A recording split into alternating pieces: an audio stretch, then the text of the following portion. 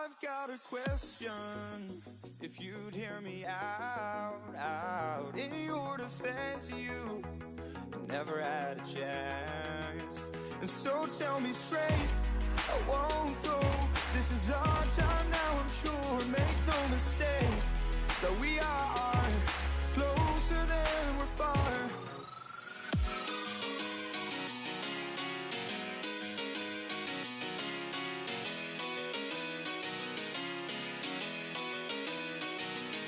Embrace for impact, fight your fears fire. Embrace for impact, I'm a future's engineer. And baby, I'm here, I'm here, I'm here.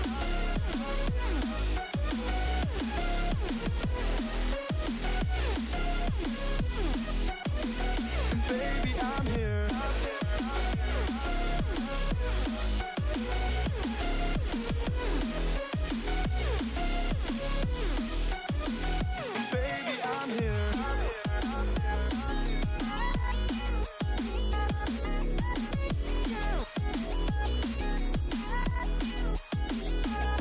I'm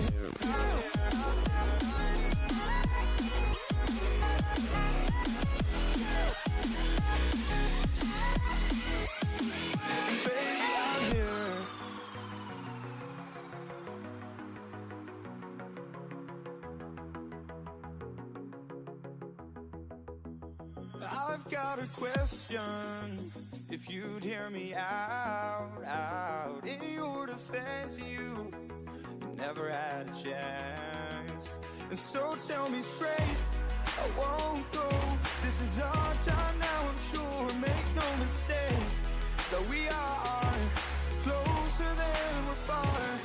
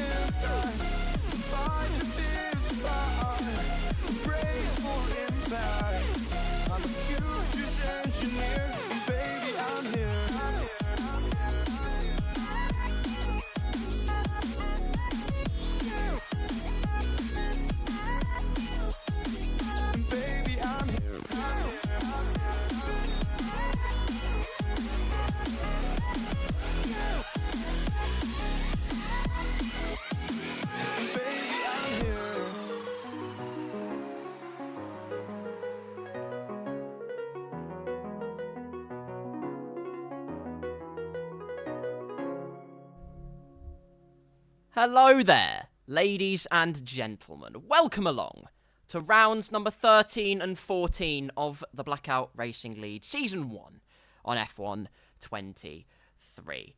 What can I tell you about the last two races? Well, Silverstone was a spectacle to behold, let me tell you. Chaos at every crevice, a wet race which was preceded by a dry sprint race.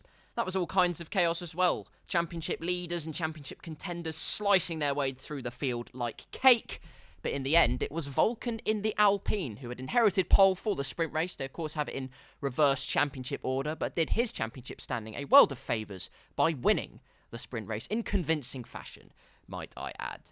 So a commendable performance from him. Well done to Vulcan. In the race, of course, a different side of the coin. Instead of it being dry, it became British. And as a result of it being British, it was balmy. Let me tell you. Our first red flag of the season. Our previous championship leader, Milo, involved in a huge collision as the Red Bull of Guardian rejoined the track, and Slam in the AlphaTauri crashed into him, and Milo just could not avoid the AlphaTauri in time. A very unfortunate scenario. It's no consolation as to whatever I say or anyone says the outcome is, because their races were turned to scrap. Which is unfortunate, because after that, after the red flag, we saw incredible performances from Timalele, who kept the lead from the safety car restart and waltzed into the distance, followed with Thanasi having a large battle with Stark, and Rycrow, who I now know is just split up. His name's Ryan, but his game name's Crow, so it's whatever. The more you know, basically. But the point is, Silverstone was crazy. It was Timalele that took the win, Thanasi took second place, and then it was the Haas of Tagmata that took third place. So that was very good to see. A great wet race, and from all in all, let's be honest, thank you very much, Overjet. Appreciate you. Welcome along. Hope you enjoy the stream. Hope you enjoy the chaos that the Blackout Racing League will bring us today. Anyways, we moved from Silverstone across Europe a tiny bit towards Hungary at the Hungaroring. The 50% race, of course, Silverstone a 35% race. Hungary maybe not as bonkers as Silverstone, of course. Slightly less room for chaos at times, but we saw Daniel join us, Daniel Gilligan, the master, we are not worthy, in the Ferrari for the second race. He did very well after only doing one lap in qualifying. He had one lap to really have a reconnaissance of the track and know what was going on. He qualified off the back row, luckily for him, and then proceeded to have a pretty good race on the whole. There were bits that I didn't see, of course, which is him absolutely, well, he spun a Williams, basically. But in all fairness, he was in cockpit cam. Doesn't excuse the fact he nerfed someone into Narnia, but at the end of the day, he did a good race. I'm in the lobby now. Actually, today, while I'm talking about Daniel, he has moved. I mean, in a shock twist in the narrative of Blackout, he's moved from Ferrari to Red Bull for this race, because I can't believe this. Both Red Bull drivers are out for various reasons. Tom, of course, still has the fracture to his elbow. Once again, wishing him a very speedy recovery. I'll hopefully be able to race again next week. The arm's healing decently, says Tom. I'm glad to hear that. Extremely glad, actually. It'll be great to see you back. Hopefully, touch all the wood. My desk is made of wood, luckily, so you're in good hands. It'll be a great pleasure to hopefully welcome you back next week for rounds 15 and 16. In Hungary, though, as I was saying last week in the commentary, in the broadcast, it was a race of split strategies. We had quite a few safety cars, virtual safety cars. Many people took advantage of that and pitted under them. In the end, though, it was the one-stopping Alfa Romeo. And just like he did in Silverstone, where he impressed me with some fantastic overtaking and ruthless consistency, he did just that again at Hungary. Ryan Crow won in Hungary. I believe Alfa Romeo's first win of the entire season. So well done to him. As a reserve driver, it was an unbelievable performance, and hopefully he shall be back again for more Blackout very, very soon. What are the stipulations in the championship then? Well, these are the stipulations in the Wide Blackout Drivers' Championship.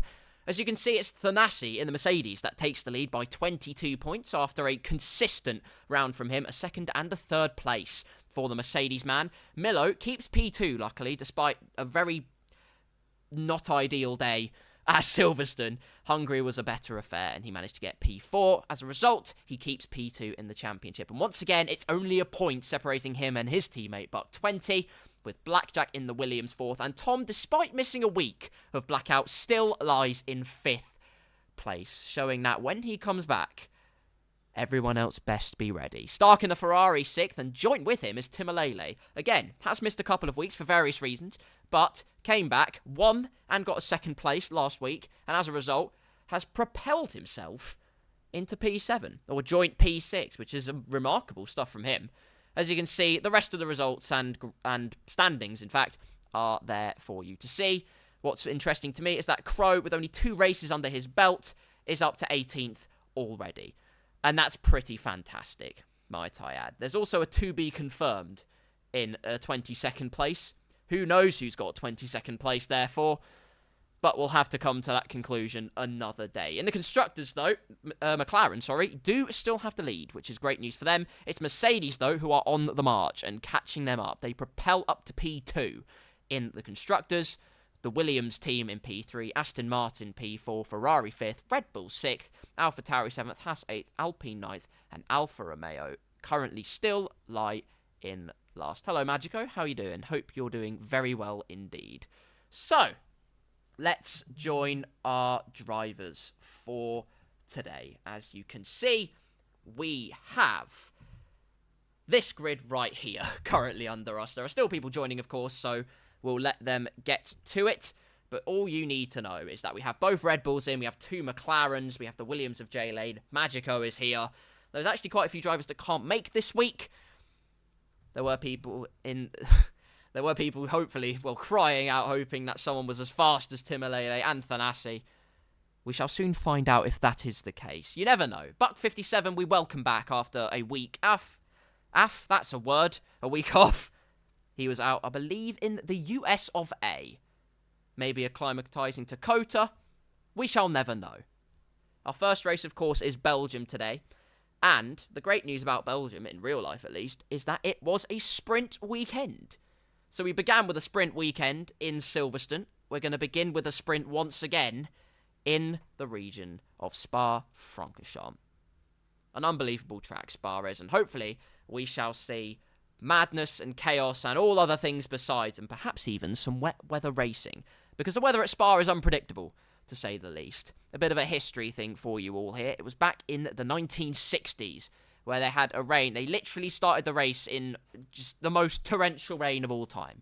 You wouldn't, like, if you saw that, if the FIA saw that today, they'd probably perish, let's be honest, out of shock. But the point is, there was just the wettest race you have ever seen in your entire life. And because F1 drivers had testicles of titanium, they mullered round that Spa-Francorchamps track, which was a death trap, to be honest with you. If you go off the track nowadays, you meet Barrier, which is not too bad in retrospect compared to houses, telegraph poles, and barns, and probably livestock as well. So, yeah, you get an idea of just how brutal the Spa track was. But it was the crash that Jackie Stewart had that was the big talking point at the end of the day. He went off the track and ended up crashing into a ditch or into a barn, as some people say. I believe it was he ended up roughly near to a barn of some kind, with the cockpit crushed against him and fuel pouring out of his car. Luckily, it was a Graham Hill stop for him, I think, and a couple of others came to help, and with a toolkit, they managed to prise him away from the car. And after that you can read it for yourself, but it was just some of the absolute worst, just cataclysmic first aid, health and safety you've ever heard of in your life. So I implore you go and read it, because it's genuinely astonishingly awful how bad it was back then. And that race was why Sir Jackie Stewart, 3-time world champion from Scotland, lobbied for health and safety in Formula 1. It would not be as big as it is today, or not nearly as big as it was, or ramped up in the way that it did, if it wasn't for him. So we have him to thank for some of the health and safety improvements. In fact, quite a few of them, and the response to health and safety was because of Sir Jackie.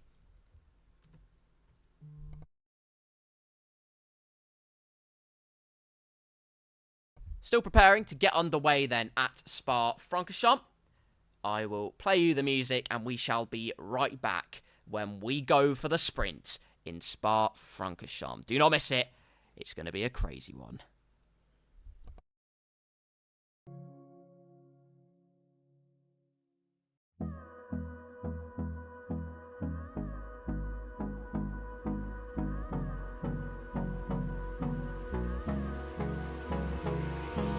Hold me close till I get up. Time is barely on our side. I don't wanna waste what's left. The storms we chase are leading us, and love is all we'll ever trust. Yeah, no, I don't wanna waste what's left. on we'll go, through the wastelands, through the highways, till my shadow turns to sun rays. And on we'll go, through the wastelands, through the highways, and on we'll go. Well, ladies and gentlemen, as soon as I say anything, guess what? We are off to Spa for the sprint race, or short qualifying, rather. I thought there was a sprint. I might well be wrong. Who knows? But anyway, in any case, we are off for some qualifying here at Spa-Francorchamps. These are your drivers. You can see them on the right. We have Daniel Gilligan, J-Lane, Magico, Buck20, Milo, Avalanche, if you fit in a few vowels in there. Thanasi, Jamie Tarquin is back. Hello, Jamie. Good to see you back. Dirk, Big Sam, Stark, Timalele in the Aston Martin, Buck57 in the Mercedes, and Rycrow, the man who I poured all of the 99 octanes worth of praise on last week, is back again in the Alfa Romeo. It's almost like he heard my calls, but here we are. It is qualifying, I can confirm. It is not a saucy sprint. It is a thirst-quenching qualifying session, and if you've been missing F1 over the break so far, don't worry, because, ladies and gentlemen, we have you covered here at Blackout. The Spa-Francorchamps circuit, of course, as we survey the pit lane, a track that is heaped with history, but also mired with a lot of tragedy. Not recently, of course, we lost 18-year-old Delano Van 't Hoff in a Formula Regional race as they came onto the Kemmel Straight in rainy conditions. There was almost nothing he could do, really, which is really unfortunate. But at the end of the day, questions were asked, questions were raised about the safety at Spa, whether it was acceptable to race there, whether it was applicable to drive there, with all of the fatalities in recent times and big crashes that have put people really on the edge of their seat. And, well, the answer to that is, if you get rid of Eau Rouge, you're kind of killing the means of a Formula 1 car. Like, Formula 1 cars are built to be the best race cars on the entire planet. They're built to be monstrous engineering feats, mechanical masterpieces. As soon as you take out fast corners out of the equation, you take away some of the spirit of Formula 1. At the end of the day, in real life, when drivers jump into that car, motorsport is dangerous, and they accept that, and they channel every bit of mental strength to make sure that it doesn't overtake them. The day that they get too worried is the time, as Martin Brundle said, the day that they feel too worried or feel like they can't give it everything or are holding back out of fear, that's when they should step back. That's it. But anyway, enough of talking about that, because this is not real life. We are here at Spa in F1 23 for the Blackout Racing League, round number 13 here. Of course, this first race, a 35% race. We are looking at Dirk in the Aston Martin, who is going to do our first proper flying lap in qualifying. Behind him is the Red Bull of Avalanche, and we have two Alfa Romeos line astern. As we head through the bus stop chicane, let's jump on board with the Aston Martin man, who's gone for mediums on this first lap. Now, that's very interesting, saving the softs perhaps for maybe the race or maybe towards the end of qualifying, because as we know, tyre wear here, I mean, I'm pretty sure tyre wear in Spa is lethal, as it is with most tracks, lighting up the rear tyres out of La Source then as we head down the hill towards the world-famous Eau Rouge Raidillon complex. Pin it, the car will stick, and it sticks like a dream. Fantastic stuff. And now down the Kemmel Straight. Not to be confused with the animal with several humps. This is a straight where you floor it full throttle and pin it. The light flashing on the Aston Martin, and in fact he has not started his lap, it looks like, unless he's just setting a banker right now, which could be the case, just without using any battery perhaps. Leaving the cards on the table, perhaps luring everyone else into a false sense of security. In that case, let's have a look at Avalanche here in the Red Bull, who also is not going for a lap. Okay, maybe Big Sam is. Big Sam is going for a lap. Let's survey this Aston Martin driver then as he goes through No Name Corner. Named after Jackie X, but he says, well, it wasn't named after me originally, so why call it my name? So fine, we'll respect your wishes, Jackie. Through Huon. full throttle in some cases. Think 2018 and 2020, the Mercedes car. Full throttle through Puon. Almost has to be the optimum conditions and one of the greatest engineering feats. A big slide there from the Alfa Romeo. Keeps it all together, though, as we head through. I believe that is Stavolo. I could be wrong. My anatomy of Spa is pretty terrible, I must say, but down now, through towards the final sector. There's his teammate, Crow, just ahead of him, setting his first flying lap of the session. These could be the first representative flying laps of the day, as we look at Crow through the last chicane. Flying in with such confidence and speed. My goodness me, I'm surprised he got the car stopped in time. Stamping on those brakes across the line. A 1 minute 42.8 for his first lap of the day. A great start there. Big Sam with a 1:45.1. Dirk, who didn't use any battery whatsoever on those medium tyres, with a 1 minute 46.8. It is quite important, of course, that they do get laps in early here. Because of how long the lap is to get round, you have not much time to reset yourself. You've got to be so efficient. As J-Lane goes half a second off in the Williams. The Mercedes crossing the line there. Let's see who it is. I believe it is Buck 57. It is not. It is Thanasi. But Buck 57 is on a lap. I might have said something very inexplicable. Ignore what I said. It's Buck. You didn't hear anything else. As we exit the bus stop, pin the throttle, tyres grit to the ground, and it's the fastest time of the day. Welcome back, Buck 57. A 1 minute 42.7. Just under a tenth ahead of the Alfa Romeo man. Magico and Avalanche there with not representative times, perhaps getting the tyres into the optimum window. But that is your fastest man of the day so far. Mercedes, of course, chasing first place in the Constructors currently in the championship. Big stipulations for them if they score well at these next two rounds. Two McLarens are still there, though. Do not count them out. As we see Buck 20 here, the McLaren man is on a lap. I did get his name right. There's nothing sus about that name I just gave him. I did say the B. I can confirm. Into the bus stop we go. The driver's carrying such confidence, but that is a big cut of the bus stop. And that is an invalidation, although he might well have invalidated it previously. So we head over to his teammate Milo. What can he do? His lap is still clear and on the cards as he heads into the bus stop. It really is like a bus stop, just because of how clunky it is. It's not like a bus stop in the sense that you have to wait 5 years for it to turn up, because an F1 car takes less than that, trust me. Across the line, Miller up to 4th place there, as Daniel actually in the Red Bull with a 1 minute 43.0. Jolly good from the Red Bull driver there.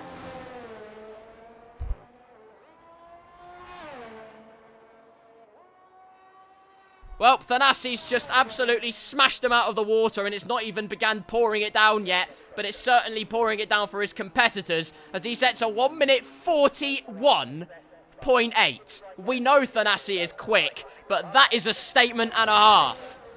Luckily, there is one man who can challenge him. Unfortunately, he's in the pits currently, but maybe Stark can. You never know.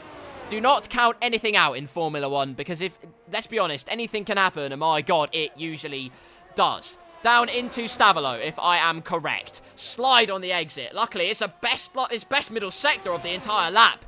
Perhaps some drivers have actually compromised their setups here. We don't know, of course. Well, especially on my angle. I don't know, anyway, what the weather is going to be for the race itself. It could well be rain. So perhaps where some drivers are far off, maybe they've compromised their downforce. Maybe they've prioritized traction and are going to send it in the heavy rain here at Spa, which so often falls across the line, and it's a 1 minute 42.6. Great lap there from the Ferrari man as he puts himself on the front row provisionally. As Raikkonen has retired for some reason. He's also left the session. So I can only assume something's happened there. Not too sure what, but we shall find out very soon. Anyway, up the hill goes Stark, of course, on a cool-down lap. However, just out of the pits comes Timalele. Possibly the only man who can challenge Thanasi today. We are about to find out. The Aston Martin man, of course, with his great results, is joint 6th place. Crow has joined back, and that is great news. Must have just been some internet problems. So hopefully it does not affect his qualifying position too much. I sure hope it doesn't. Let's watch on the outlaps here. Buck 20 also on his outlap. He's closer to the end of the lap. He's already exited the Puon complex and is headed up towards Stavolo and the final sections. Such a long lap here at Spa. Many great races have come from this. One that springs to mind immediately for me is 1998. Remember that race? Well, if I'm not mistaken, and I'm not, it was Damon Hill's last race in Formula 1 as Milo has left the session. Again, I assume that is connection problems and there is nothing to see here. Bucks says we zoom. Damn right. Third place for Buck 57 so far. We haven't seen Buck 20 or what hand he's shown yet. Hopefully it's a good hand and not a hand with gangrene, because that is disgusting and, well, I just don't want to see that, to be honest with you. But he's on a lap now on his soft tyres, gripping into the track surface as we head down the hill. It's like a roller coaster ride here at Spa. So many inclines, so many elevation changes as the car propels up the hill. DRS wide open, the flap is opened, sucking up some sensational slipstream and oxygen as he heads down towards Les Combes, or Les, whatever else the commentators call it. They try and give it a French name. I'm going to call it Les Combes because that's what I've always said. And if it's wrong, I refuse to care. Through no-name corner then, hugging the inside. Oh, yes, he is. Hugging it like his favourite grandparent as through the left-hander he goes, flying through there, keeping it well within the white lines. Milo rejoins. Welcome back, Mr. McLaren man. Through Pouon we go. Full commitment you have to have through there. Yellow flags as Buck 57 just cools the tyres a tiny bit on his outlap. Perhaps doing the technique for warming up the tyres in this game, which is using that brake bias, because if you use the brakes this year, it actually warms up the core temperature of the tyres. And that's really important for getting the optimum settings. As through the second sector, it's a purple again. And I would not be surprised if he's running a high downforce setup, just like McLaren did in real life, actually, with a high downforce setup in the middle sector. They were one of the fastest there.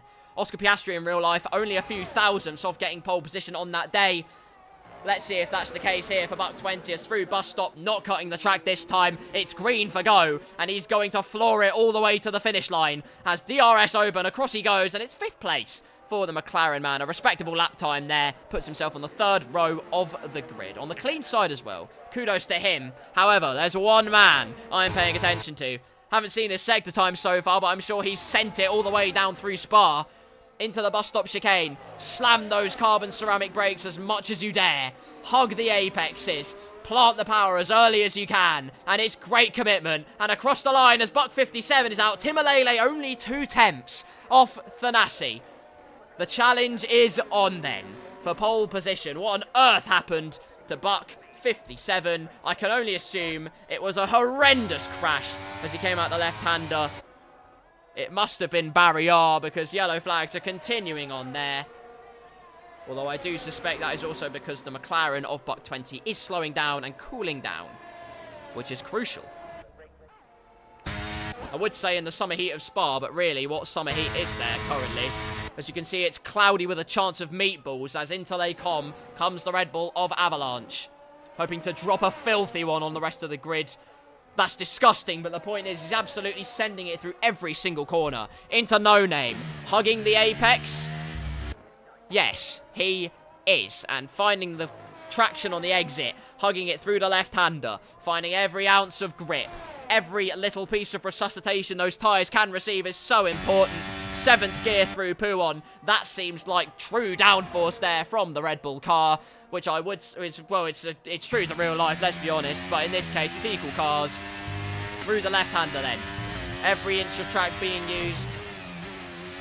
Through in Stavolo. Use the exit as much as possible. It's still all green. Full commitment on the throttle. No DRS here through this straight, but you just pin the car into the full throttle Blanchimont corner, where in real life Verstappen in his rookie season overtook Felipe Nasser around the outside with hundreds of commitment, 110% commitment at the 100-meter board. Slab on the brakes, pinch the car in, the front end complying beautifully. Use the curb if you want, at your peril, and across the line. It is 1 position gained for the Red Bull driver, up into P11. Meanwhile, it's Monsieur Daniel that's going for a lap. Through the right-hander then, using every ounce of commitment. Through No Name. Is he hugging it? Yes. The Hugo-meter is very satisfied through that corner. Through the left-hander he goes. Bit of a slide, it looked like, on the way out. Every inch of confidence being used and then some as he stretches the limits of the Spa circuit. Through Pouon, that was incredible commitment there. Finding every inch of track and some more. Which, by the way, he's doing it in cockpit cam. So he's either insane or extremely brave. Maybe it's a mix of both. We'll never know. Through the right-hander. Not too much of the wheel angle. You don't want to sacrifice any percentage of tyre where you can. Efficiency is key then, as through the right-hander, using every ounce of exit he can, and then full throttle. Pedal to the metal through Blanchimont. Here in the Red Bull, a car that's been so dominant in real life, but on equal cars, it's all kinds of different stipulations that it will have in the Blackout Racing League. As into the bus stop, he actually forfeits the lap. Very interesting. Perhaps going for when the track is at its most optimal, or perhaps not finding the time that he thought he would. At the end of the day, it's an interesting tactical turn for the Red Bull team. Into the pits comes the McLaren as well. Stark has invalidated his lap. So unfortunately, no fun commentary there for me. A man who is on the lap, though, is the Williams of J-Lane. I will let you ride on board with the Williams as he waltzes his way down the Kemmel Straight. Do not miss it. Turn the volumes up. Let's hear it.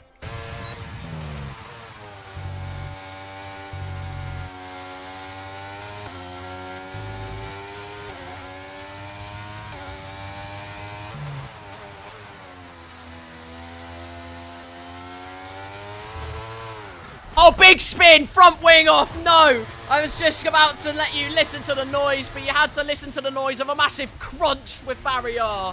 And unfortunately, J-Lane's lap is down the toilet.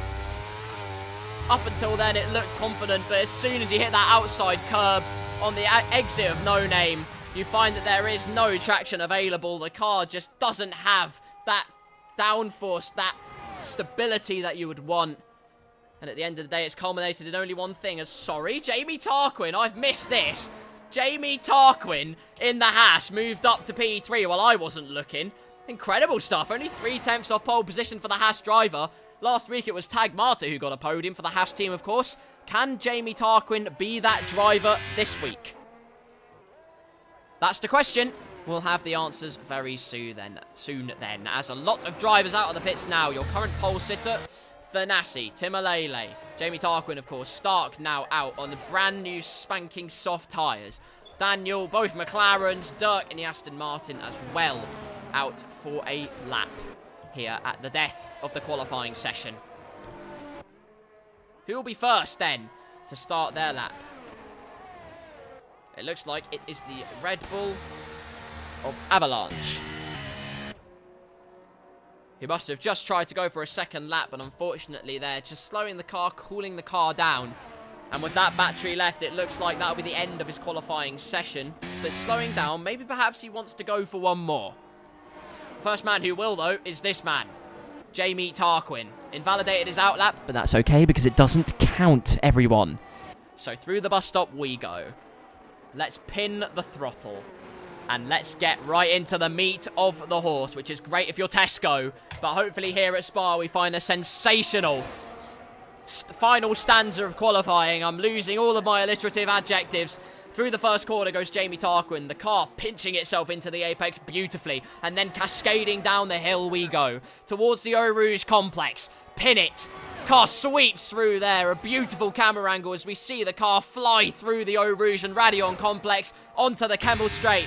DRS wide open, looking at the back of the Haas, and, well, it's very beautiful. It's not quite what I want to see then. As down through Les Combes, the car again pinching in. Take as much curb as you dare on the left-hander, and again on the right-hander. It's a best first sector of the entire session for the Haas man. Great stuff. That's through No Name he goes. So much speed carrying through into there. The aerodynamics taking care of everything. Magico's retired from the session. I believe he was in the pit lane though, so it's absolutely fine. He ends the session P13. Through into Pouon. 8th gear and almost entirely every ounce of commitment being used there from the Haas car as into the chicane he goes. A McLaren on a lap behind him as well, although I suspect, like I say, there is millions of downforce points being used on that car. Perhaps there's a wet race. We'll have to find out very soon. It's a best second sector of the entire session. Ladies and gentlemen, hold your horses, but don't hold them too hard, because we could have a new pole sitter provisionally in this session. Qualifying time is done. It's now up to the other drivers to keep it together and get their laps on the table. As into the bus stop chicane, Jamie Tarquin goes for the final time, pinching it in beautifully, using as much of the curb as he dares. Pin the throttle, and across the line, it is pole position provisionally for the Haas driver. Just under a tenth of a second, but you know, Thanasi is just behind. We don't know what his sector times have been. So out of the chicane he goes. Is it an improvement across the line? Yes, it is. 2 tenths in pole position for the Mercedes man. Incredible stuff. But here comes Timalele. It's all happening. McLaren 4th and 5th. Incredible stuff. Daniel Pitts, he aborts his lap across the line. Timalele's done it. 200ths of a second. Aston Martin have pole position at the death here at Spa-Francorchamps.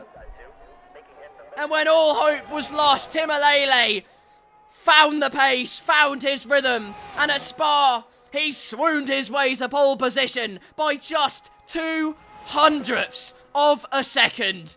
And you can tell it was a good pole position because my voice agreed. My God, if I was ever that prepubescent. Everyone finished then, and so concludes a chaotic qualifying here at Spa.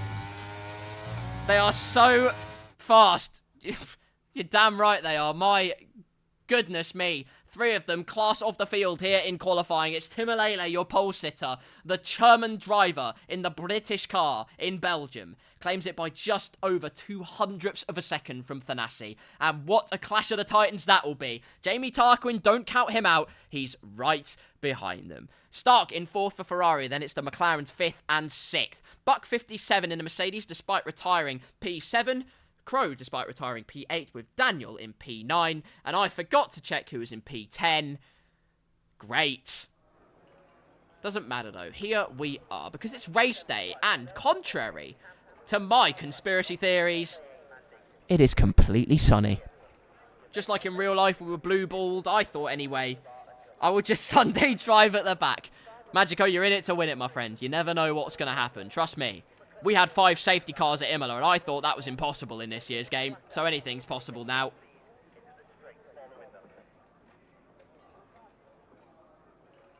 We wait then for the Spa-Francorchamps spectacle to begin. Here in the Ardon Forest. In recent times, this has been a track, of course, that has contributed to some drivers' first wins in Formula 1. Most recently won Charles Leclerc for Ferrari in 2019. Of course, the circumstances of that race were, well, of that weekend were really tragic. But it was still his first win for Ferrari. And still, he continues to pedal that horse round, even though, operationally, it's got 6 broken legs and gangrene in its chest. But at least they're trying. We, of course, enter the silly season in real life. Who knows who's going to be where? Is Hamilton going to stay at Mercedes? Is Leclerc content at Ferrari? Is Sainz going to stay at Ferrari? Is Perez going to stay at Red Bull? Or is he going to be gazumped by either Tsunoda or Ricciardo? Because I believe that any one of them could be in the lineup for that Red Bull seat. You never know. If there's a height clause on Yuki's contract, then that's just very mean. Why would they do that? The F1 Paddock Club there have front row seats to the best sport in the world. And after qualifying was said and done, it will be Timalele that leads us away. Of course, pole position in this case is on the inside. But generally speaking, it's still the clean side of the grid per se. Although you do have the outside as your racing line for last source, generally speaking, you are still remaining there on your qualifying lap, so there should be plenty of grip on that section. Here we go then.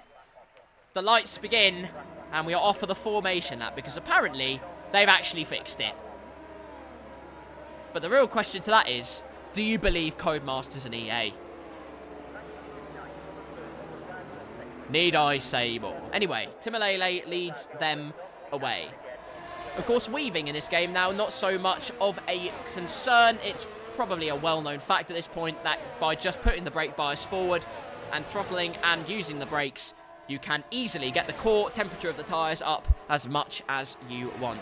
As here comes the Ferrari on the Mercedes on the formation lap. It's wheel-to-wheel stuff. This is incredible. Never mind.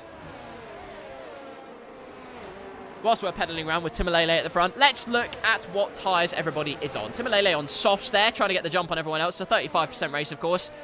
Timalele in the first 2 races of the season, by the way. I saw him do the medium-hard strategy at Bahrain and thought, what a moron. There's no way that this will work. Lo and behold, I was wrong, and I had egg on my face, my tail between my legs, and every other humiliating thought besides.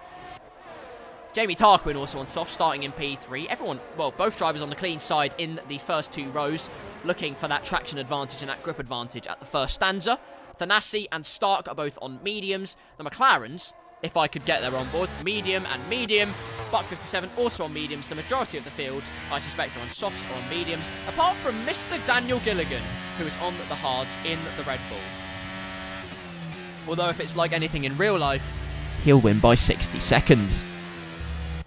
J-Lane on mediums, Avalanche on softs, Dirk on hards, Magico on mediums, who says he's going to Sunday drive, but I have full faith and confidence in you, mate.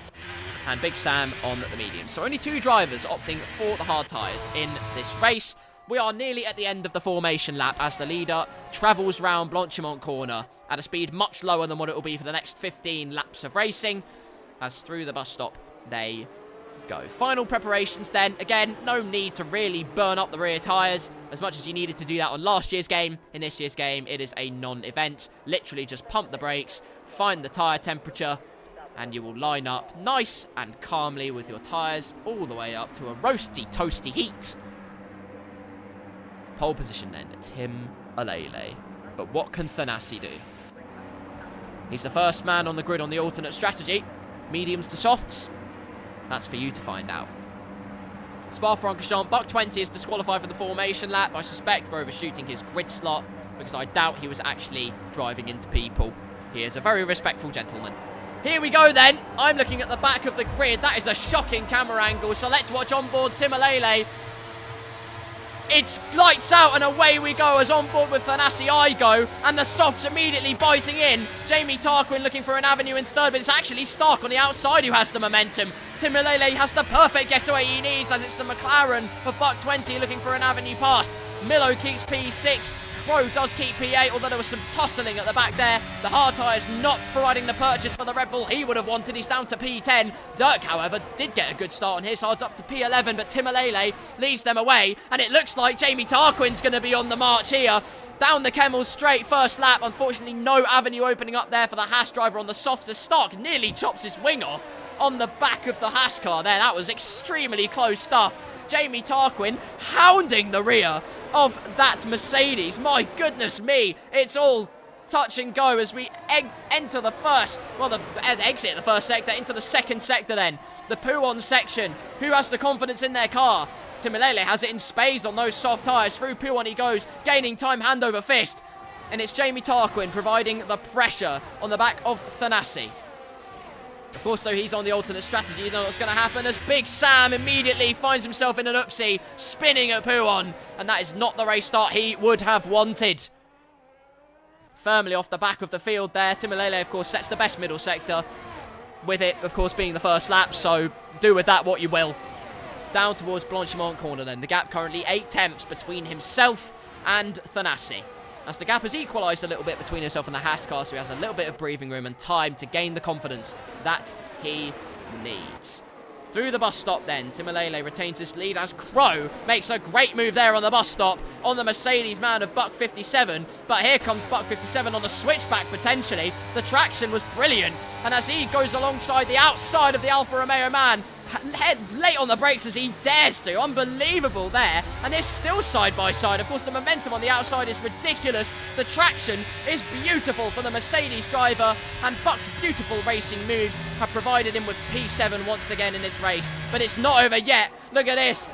Crow is going to be all over him for some reason. He's apparently 1 minute 47 seconds ahead of J-Lane, which, well, it's very unlikely, to be honest, because look how close he is, unless something categorically stupid has happened. Into Lake Como he goes, to the inside. We'll have the outside for the next corner, wheel-to-wheel stuff. Very respectful racing from both of them as through the right-hander they go. And Crow will slot in ahead of the Mercedes man. Great racing here at Spa-Francorchamps.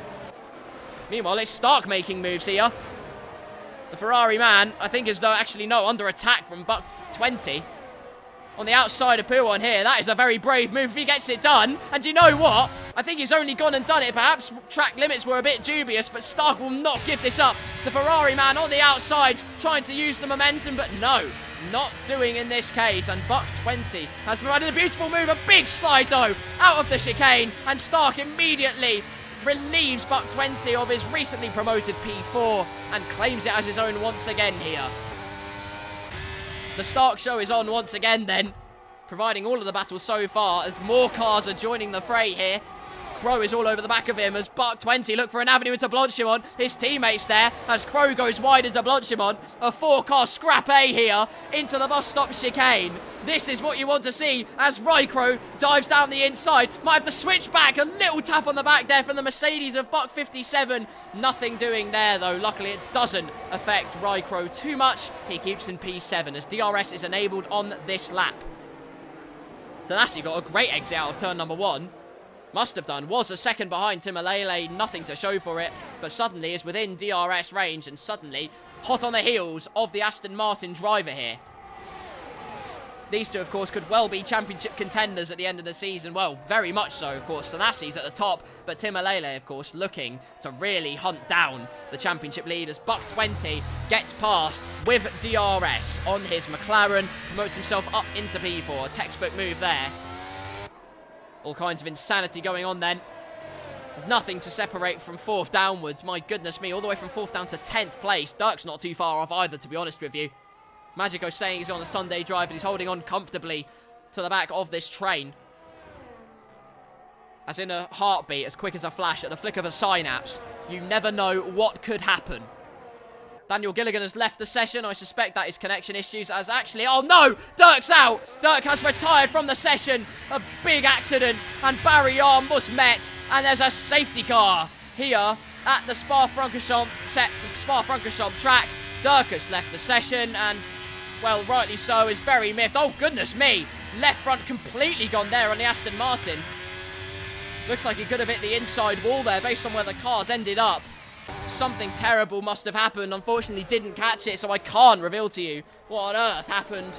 Daniel Gilligan has rejoined. Luckily for him, the safety car came out in the nick of time, and he is P10. Into the pits comes Timalele then. You knew this would happen. In fact, Jesus, everyone's coming in. It's Tesco Car Park Central here in the pit lane. Let's see which teams are going to provide the beauty today.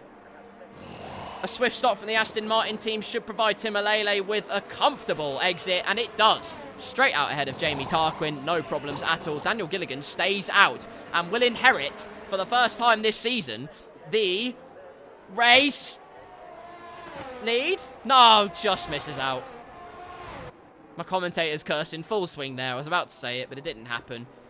Rycrow got a penalty, unfortunately for him, speeding into the pit lane. It's 5 seconds that will be added onto his race time at the end. And in a league with such fine margins, he could ill afford to do that. However, Timalele's got a 5-second penalty. Sorry, that's quite interesting. Ignoring yellow flags. Timalele has a 5-second penalty on his race time. That's very interesting. I did not see, of course, what happened. I have no idea. If he keeps his pace up like he did before, it will be, hopefully, P3 at minimum, but you never know. Buck 20 has gone very audaciously onto the softs, might I add. Changing the complexion of the race completely, as he will have a few laps of him charging through the field and disrupting the rhythm of his competitors behind. Magico, by the way, who said it was going to be a Sunday drive at the back, is now P3! The Alpine, man. I'm telling you, don't sleep on Alpine. That sounds disgusting out of context. If you have no idea what Alpine is, or what Alpine is in the context of Formula 1, which you hopefully should do. We are line astern behind the safety car then, as Dirk had a big crash. Left front gone, and in the end, it is a procession for the next couple of laps. Pretty much everyone came into the pits, barring a couple of drivers. The drivers being the Red Bull man of Daniel Gilligan and the Alpine of Magico. Find themselves promoted provisionally up into the podium positions. If there's a small chance of rain at the end, then perhaps they'll get a free pass and they don't have to, in fact, make another stop onto a set of dry tyres. If it doesn't, then they're hoping for another safety car. And if there isn't that, then Oh, no.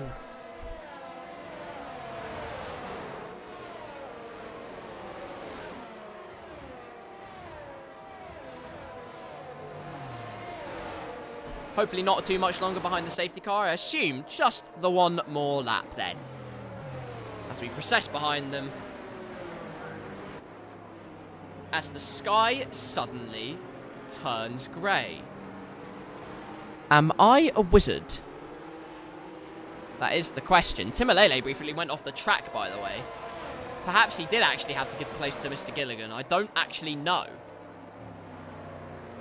Of course, Blackout, sometimes, pending external review, they can actually remove some of the penalties that do apply in the races, depending on the situation. But we won't know that until much later. So for now, it's Timalele with a 5-second penalty, but leading, crucially for him, ahead of Daniel Gilligan in the Red Bull and Magico completing your podium lineup. Of course, with there being so few drivers today, points, I believe, are awarded to everyone. Yay! Which means Dirk, despite retiring, will actually have a couple of points to his name, so... I mean, it's no consolation. He is out of the race. But at least there is a couple of points still in it, so... There you go. It could be worse. Could have no points at all. It's lights out and away we go. That was 5 laps ago. Although, to be fair, I only just read that. You probably messaged that a lot earlier. Lap number 5 of the Belgian Grand Prix here in the Blackout Racing League. Aston Martin driver of Timalele leading us round then. Hopefully it shouldn't be out for much longer. I was talking earlier about 1998 Spa, and that was a mad race, honestly. Like I said, Damon Hill's last win in Formula 1, of course, came about because Michael Schumacher dramatically crashed out of the Belgian Grand Prix, I believe, on the run down to Pouhon, as he was about to lap David Coulthard. Terrible race for the McLaren team, but in the end, they could take solace in the fact that Schumacher just didn't see Coulthard, hit into the back of him, drove around on 3 wheels, I'm pretty sure faster than most of the drivers anyway, but unfortunately in Formula 1, you can't do that, sunshine. And so he wasn't allowed to carry on with the race. He was very angry, nearly smacked David Coulthard across the face. It was almost a WWE sketch, but it wasn't in the end, so blissfully, we didn't have to see the first Royal Rumble in Formula 1. The safety car is in at the end of this lap then, which we are rapidly approaching. Timalele, of course, now controls the field. The safety car restart, of course, I've joked, is Tom's kryptonite, although it's probably because of me, because every time I commentate about it, at least, he seems to spear off into barrier or spin. And that's probably completely my fault, and I apologise. But the point is, I'm sure it will not be a curse forever, as Timalele dictates when the field gets going. Everyone else keeping their tyres as warm as possible behind him. Lots of weaving going on. Timalele, of course, assessing the situation. Will he pin it out of bus stop? Will he choose to speed along? We're about to find out. Takes a wide exit out of the corner, plants the power, and away we go, as Thanasi immediately with a great switch back out of the bus stop, doesn't pass immediately out of the bus stop chicane, and does get past Magico, I believe, round the outside of La Source. The momentum on the outside is incredible, plus the new tyres, and he does immediately promote himself up into P3. So, Timalele leads, Daniel Gilligan in 2nd, Thanasi 3rd, Magico 4th, Jamie Tarquin in 5th, Buck 20 in 6th, Stark 7th, Crow 8th with a penalty for speeding into the pit lane, Millo in 9th, J-Lane in the last one in the top 10, with Buck 57, Avalanche and Big Sam completing your running order of those that are still running, as Jamie Tarquin to the inside there of Magico dispatches of the Alpine and up into P4, and now in hot pursuit of the Mercedes man of Thanasi.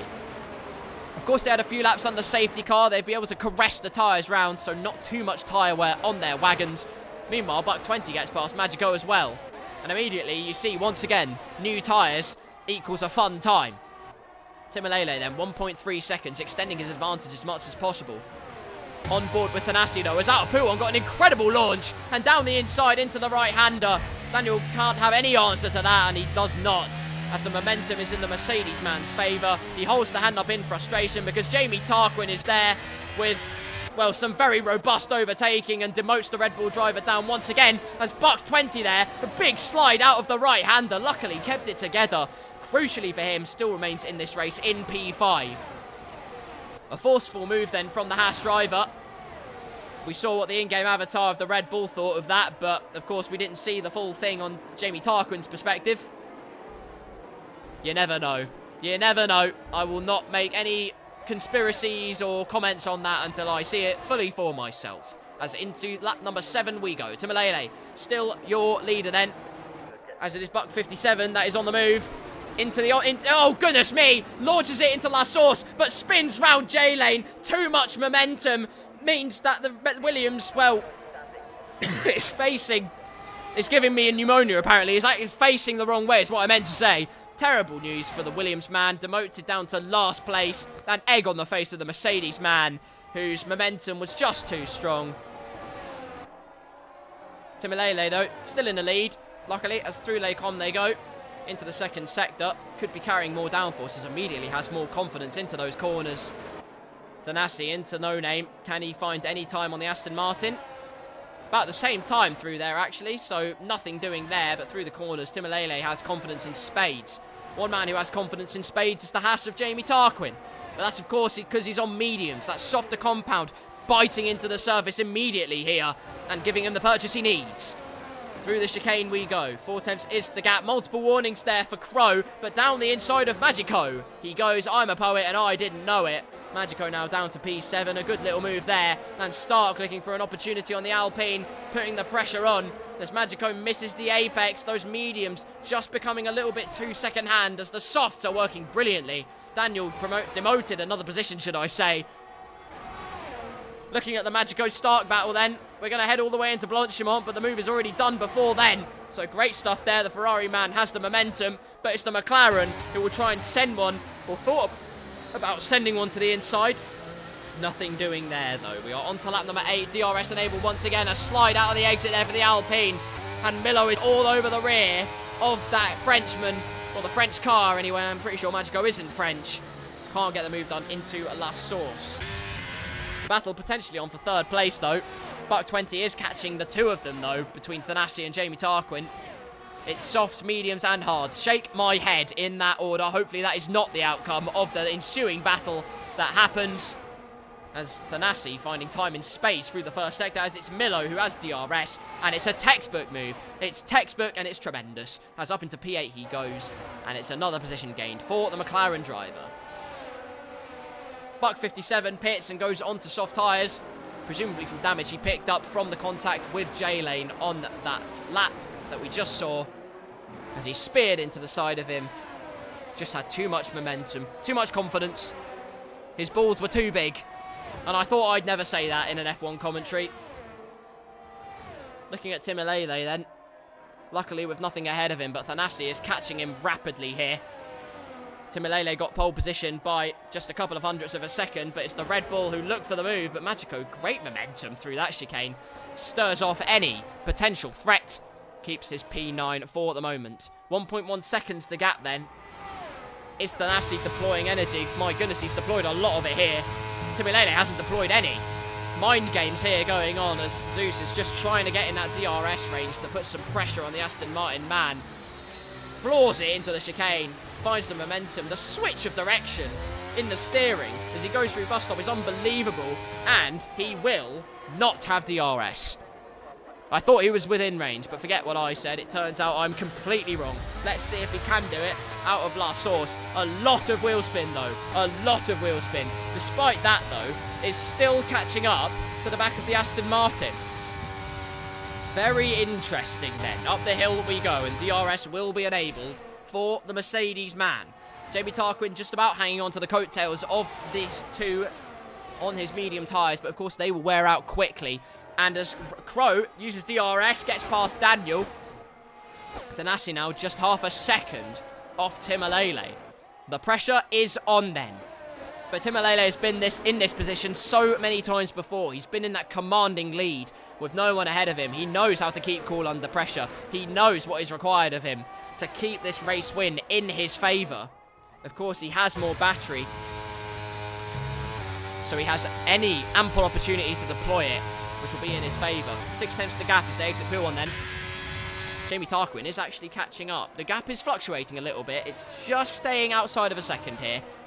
So it's closing, but just a little bit, as Stark now gets past the Red Bull, but not for long. Look at this. A bit of fight here as we head into Stavolo. The inside line will be the Red Bull drivers, and suddenly, please don't do a Hamilton and take out Stark. That's the last thing you need to do. Luckily, there is nothing to see there, and Daniel does keep it nice and clean. Great racing, but it means the opportunity is opened up for the McLaren man. Milo then, and it's 3 wide. My goodness, Milo, what a move there. Past 2 cars in one go. Fantastic. As Stark didn't get the exit he would have required, but he dives down the inside into the bus stop. A great bit of confidence as, oh goodness me, nearly hits the back of the McLaren there. The momentum through that second part was fantastic. Daniel Gilligan finally peels into the pits. Magico pit last lap onto soft. Buck 57 with multiple warnings to his name. He has a 3-second penalty. Naughty boy. The battle's getting tasty though, look at this. Less than half a second, and with DRS, this could be Thanasi's best opportunity yet. In fact, it is his best opportunity yet. And despite not deploying battery, Timalele here actually could be doing mind games here. But for now, Thanasi is through into the lead of the Belgian Grand Prix, as there is a yellow flag in Sector 3. Buck 57 has had an oopsie. A spin out of the bus stop chicane. He tried to catch the nearest one. Unfortunately, it said no. And so he carries on his merry way, albeit with emotional damage. Timalele only a 10th off, though. You knew this was going to happen. As soon as he relinquished that lead, well, he was going to relinquish the Thanasi of that lead, or he's definitely going to try to. Perhaps saving the tyres, we'll never know. Jamie Tarquin, though, now within a second. The top 3 covered by nearly a second, 1.1 seconds, about 1.2 almost, the gap between the top 3. Buck 20 softs, by the way, must be so second-hand, or has passed through so many hands. I'm surprised it hasn't got a disease with how old they are. But Crow is catching up big time here as he's on his conquest for more points and more positions in this race. Milo within a second of Stark. Stark got back past the McLaren man. Has got himself back up into P6, but DRS will be firmly swinging in the direction of Milo as he looks to try and regain that P6 position. But here's someone who's trying to do even more than that. Timalele is trying to regain the lead. Half a second is the gap, but so is that gap between him and Jamie Tarquin. Well, it was anyway, but out of last source, suddenly, not even battery being deployed as it would seem, Thanasi doesn't have that much battery to play with, and it's going to be a dogfight here, where it was Thanasi taking the lead on the previous lap, DRS wide open, and it's no contest, slotting in behind the Aston Martin. Timalele retakes the lead then of the Blackout Racing League in Belgium.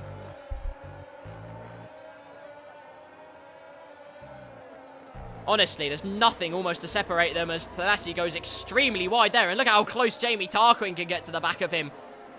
Just a moment of overconfidence as suddenly he's going wide everywhere. What on earth's going on? Has he used too much of the tyres? Well, that's the question. We'll have the answers very soon. It doesn't look like it, as he's really gained a lot of time as they head down the hill towards Pouon. But Jamie Tarquin now applying the pressure. Holding that poison needle as close as possible then, which Thanasi will try not to touch. Jamie Tarquin, those mediums still working brilliantly for the Haas driver. Fantastic stuff. The top 3 separated now by less than a second. You'd love to see it. Stark's got a time penalty for multiple infringements. Terrible news for the Ferrari man, the lone soldier for the prancing horse. Into bus stop, the gap, a 10th of a second. Nothing to separate Thanasi and Timalele, but wide again into the bus stop chicane. It's just trying to find too much confidence and too much time, and it's going to cost him if he keeps making those small mistakes. It's not what he needs to do, but it's what he's doing nonetheless. Crow is also within DRS range of his closest competitor, Buck 20 in the McLaren. DRS is king at this track. We've seen that time and time again. If you have it, you are promoted to extreme royalty. As up through Eau Rouge and the Radion complex they go. Onto the Kemmel Straight. DRS open again. And before you can say, Bob's your uncle, it took me way too long to say that. But the point is, Thanasi has zoomed into the lead once again here. And retakes F1 here in the Blackout Racing League. And so the fight continues. 6 tenths, 7 tenths, nearly 8 tenths. The gap fluctuating all the time between the top 3, but the pressure's still on. Those mediums still working really well for Mr. Jamie Tarquin. Brilliant how he's managed to keep those holding on, but he has to do it still for another 3 rounds of this track. It's a bit wide into P1 went Timalele, trying to find too much speed, and Jamie Tarquin is extremely close. Of course, you have to be right alongside if you want to think about making a move into there, and that's what's going to win championships. That's what's going to be the mainstay of this championship so far, is finding the confidence, but also knowing when to pick your battles. You don't want to be overzealous. You don't want to be overconfident in this series. Timalele still storing his battery up for something filthy, I imagine. No idea what, as Crow does indeed get past Buck 20, I suspect with DRS, or in fact with something else. The gap's still very close between the two of them. Slipstream, of course, is sensational around this track. If you have it, you're in the money. Along with DRS, and you've got yourself double the fun. And it's a whole different kettle of fish when you have both of them combined, because the speed differential is unbelievable. Daniel Gilligan is beginning to make moves, though. Before we even reach Blanchimont, he's up past Big Sam and promoting his position even further forwards then. On fresh mediums, he's finding the pace and could be well in the hunt for P9, maybe even more, depending on how the tyres for the rest of the competitors end up going. Through bus stop, he gained time hand over fist as Big Sam on those hards, sliding and squirming all over the place as he tried to plant the power down. And like I say so many times, that's the difference between the new tyres. You have unrivaled confidence, unrivaled power and precision as you exit down through La Source and into the Eau Rouge Radion complex, time being gained hand over fist all the time here. Timalele will be slightly relieved of the pressure he was once experiencing. The gap was at 666. Someone please find me some water and bless it, because I might be going to hell after seeing that. If you're superstitious, then I suggest you look away. But the point is, Timalele is well and truly still within a second of Thanasi, but Jamie Tarquin still within a second of him. The pressure is still on, no matter what you want to think. It is not over until it's over. Timalele has deployed a bit of his battery, but Thanasi has literally got no battery left at all to deploy, as he went a bit wide there into Stavolo. And down they go, towards Blanchimont once again here. Zeus still gaining time, and as you can see, this is why. Literally 0 battery on his wagon. As a result, then, he has nothing to play with. Timalele's also deployed a lot of battery in an attempt to get DRS. He will have it, blissfully for him. Daniel Gilligan, though, my goodness me. When I tell you that new tyres really make the difference, this is the prime example, exhibit A of it. And towards the outside of Blanchimont, surely not. You're not going to do it, Daniel, are you? To the outside, oh no! Big spin, and the Red Bull is out! Daniel Gilligan meets the wall, and the wall gives him a firm slap. And the Red Bull driver, the charge was on. It was meteoric, but unfortunately he met the barrier. And that is the end of his charge. A disappointment then for the Red Bull driver. Will it be disdain for the Mercedes driver then? There's only 2 laps to find that one out. An unfortunate retirement for the Red Bull driver. Daniel Gilligan there trying to go round the outside of the Williams driver. Like I said, sometimes it's about knowing when to pick your battles, but sometimes when the margins are that close, you just never know what's going to happen, what kind of contact will be made, and unfortunately in that case, he put it all on red, because he's in a Red Bull, and it came out black. Firmly black. 2 retirements then from this race, of course, no need for a VSC or a safety car, we're so close to the end of this race. If there is debris left over the track, it might cause a puncture for one of these drivers, so let's hope that is not the case, as they continue their crusade around this Spa track. 10 laps old are most of the tyres on this grid. As we enter almost the final lap of this race then. The battery being deployed then by both drivers. Thanasi, of course, has no battery left to play with, so as we go through Blanchimont corner, Timalele has him in his crosshairs. The gap currently 8 tenths, but of course, you know how much battery the Aston Martin driver saves. You know how good at saving battery he is. Trust me, we've hardly seen him dabble in deploying the electrical power, which makes the Duracell bunny very happy. Probably creaming himself, but let's ignore that thought and focus on the final lap of the Belgian Grand Prix. Will there be any final twists and turns? Will Thanasi implode on this final lap and give Timalele yet another win on the track, at least, in the Blackout Racing League. And I tell you, having that bigger amount of battery could have Timalele singing and dancing here as down the straight they go, and he's going to be to the outside. Surely the final attempt here for the Aston Martin driver, late on the brakes as you dare, but Thanassi's compromised it to the outside, as close as you dare they touch. Timalele spun round. Timalele spun as he met the back wheel of the Mercedes car. He unfortunately is tipped round, and the battle for the lead goes up in smoke for the Aston Martin driver. Luckily for him, still in this race, and luckily for him as well, no damage on the car at all.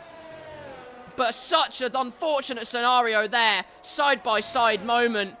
And as he went into the right-hander, he wasn't fully alongside, and when it push came to shove, the Aston Martin driver just tapping the back wheel. Luckily, still in P3 on the road for him, which is, well, no consolation really. It could have been more. It could have been so much more. It was adventurous, it was audacious. But it means only one thing. Thanassi, providing there are no further struggles, could win this race. I thought Jamie Tarquin could have had a chance, but he has no battery either. He's given it absolutely everything, and on old mediums, he has provided all of the queries, all of the pressure he could have possibly applied. But when push comes to shove, Thanassi will exit the final corner at the bus stop and will win at Spa. The Mercedes man increases his lead at the top of the championship. Jamie Tarquin on his return takes P2, and Timalele will claim P3 on the road. At the end, Buck 20 is promoted to the podium positions on those old softs, and it's agonisingly just 6 thousandths of a second that separate Timalele from a podium spot here at Spa-Francorchamps. Such fine margins. My God. My voice also has fine margins. It's taken a day off. It's found itself higher than, well, Lil Wayne, to be honest with you. But anyway, your top twos, Thanassi and Jamie Tarquin, great races. Timalele as well, a great race. So unfortunate about the last lap where he was so close to taking the victory. But we'll never know what could have happened if it had all been kept together. Could he have taken the lead into No Name? That is something I can't answer for you here today. Magico is our driver of the day, according to the game. Started P13, ended up P11. Some valuable points for the Alpine team. And if it was a Sunday drive, the main thing is he kept it together where other drivers didn't. Consistency was key. And he comes home with a decent finishing position. Shake the hand of the man giving you the trophy. That's what the formalities say to do, and thank God he's done it, because otherwise that'll be a sticky situation. Thanassi claims another win in the Blackout Racing League, as he did in Miami and in Imola. He does the same again here at Spa-Francorchamps.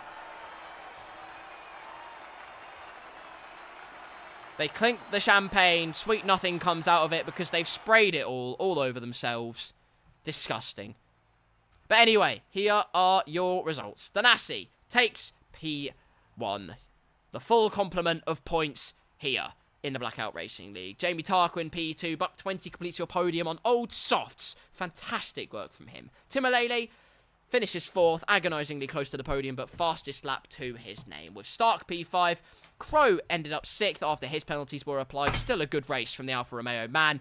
Milo in 7th, Avalanche and the Red Bull in 8th, a good result from him. J Lane 9th, Big Sam in 10th with Magico, Buck 57, Daniel Gilligan, who unfortunately retired after collision and with Barrier at Blanchimont, and Dirk early on retired from the race. But still those two get points because Blackout is a very kind and forgiving soul. So that is beautiful. Well, there you go then. A scintillating spectacle at Spa-Francorchamps. Wheel-to-wheel stuff. Sometimes not ending how people would have hoped. Where at Silverstone it was generally very clean and very, very well behaved. Unfortunately in this case, well, not necessarily it wasn't well behaved. I thought they did very, very commendably. So let's get that straight out of the way and say well done to all the drivers who did a good race out there at Spa-Francorchamps. And that concludes the first race of the evening. Just like that, it is done. Game bug if I got Dodd, lol.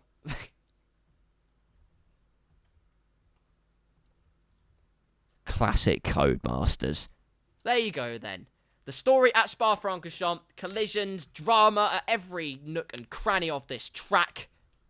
But when push came to shove, it was Thanasi who took another win in this season of the Blackout Racing League. Tim Alele came close, but not close enough. Jamie Tarquin, who came back, had some great pace, and even on old softs, Buck 20 still managed to find the podium. Well, that was Spa, a sensational spectacle. Next though, we head over to the Netherlands, to Zandvoort. The cauldron of Max Verstappen. In this case, the Blackout Racing League has come to play. 50% race. Do not miss it. We'll take a brief interlude, and then we'll be right back for race number 2 of the night. Don't miss it. We'll see you in a bit.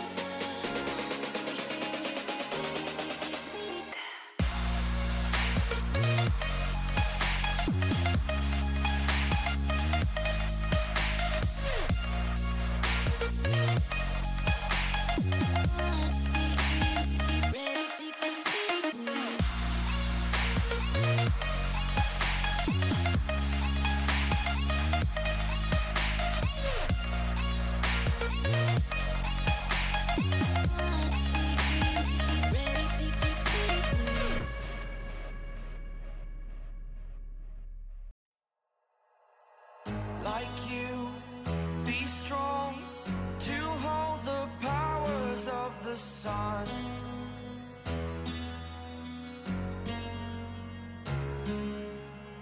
To dream, believe in strength. Now I'm the only one, only one.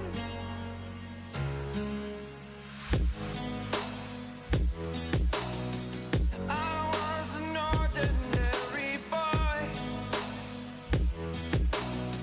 until I broke the rules. My life destroyed, life destroyed.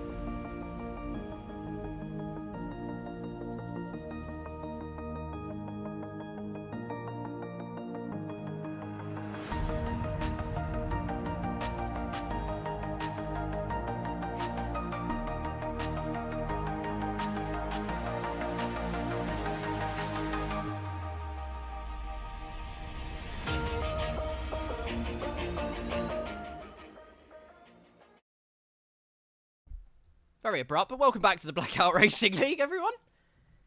We are well and truly in the mix then. We are going to qualifying at Zandvoort, the Netherlands. The Max Verstappen cauldron and cacophony of noise from the Dutch fans. In this case, Max Verstappen is not here, and we will not have to worry about him winning for the 70 millionth time this season. Your drivers are essentially the same as they were last time. I say that, they are exactly the same as they were last time. But here we are then. It's qualifying time, ladies and gentlemen. Okay, thank you, announcer, but I'll take it from here. Okay, shut up now, please. Shut up, man. Thank you. See, it works. I'm telling. Oh my God! I'm just gonna speak over him because he's trying to take my job. Here we are then. Q1, the only qualifying session, so ignore the 1 next to it. But here we are for Zandvoort. Banking everywhere. The undulations of this track are absolutely phenomenal. And if I have calculated correctly, and I have, Dirk is the first man to get out there onto the track. Zandvoort, of course, a track that rejoined the calendar recently.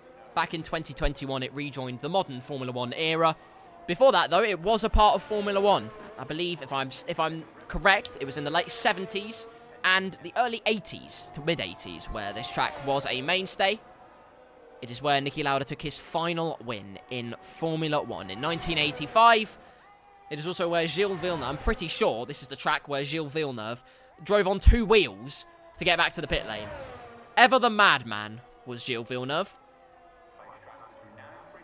But what a driver he was in his heyday. My goodness. Who knows what great things he would have accomplished had it not been for his tragic incident at Zolder in 1982. I'm speaking a lot about tragedy today. Let's focus on the positives. We have Formula 1 cars out here on the track at Zandvoort. And Dirk is the man who will be setting our first time here in qualifying. Through the bank corner then. Deploy the battery. Or touch the grass. But feel the noise as we get ready for qualifying around the Netherlands. Into turn number 1 then. Brake as late as you dare. Hug the apex. Downforce is king round here, in my opinion. You can have a little bit of straight line speed, but the momentum you have into the corners, because of the aerodynamic feel and the handling you have on this game, the way you can throw the car into the corners, you can go flat out at some of these corners. Almost, unbelievably. For instance, into this next right-hander. So let's hear if there is full commitment. Almost. Just that small switch down there. Not deploying the battery, interestingly. I think this is Dirk's trademark strategy here. Of not showing his hand fully, and then when push comes to shove, he pushes the car and shoves the battery on full, makes Duracell Bunny cry until he's dead, but the main thing is he promotes his position even further up in this session. An Alpine behind him, it is Magico, who is on an outlap here. The best second sector, courtesy of it being the first second sector of the entire session. Through into sector 3 then, try not to get it on the grass, thankfully.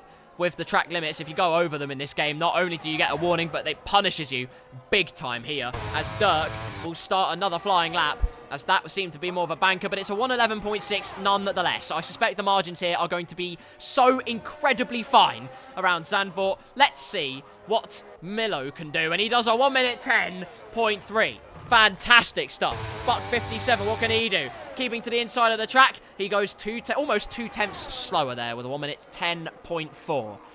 I told you it's going to be such fine margins here at Zandvoort. Avalanche goes with a 1:11.0, but we are yet to see what Timalele and Thanasi can do, for instance, or Stark, or Crow. Magico, though, is someone who is on a lap.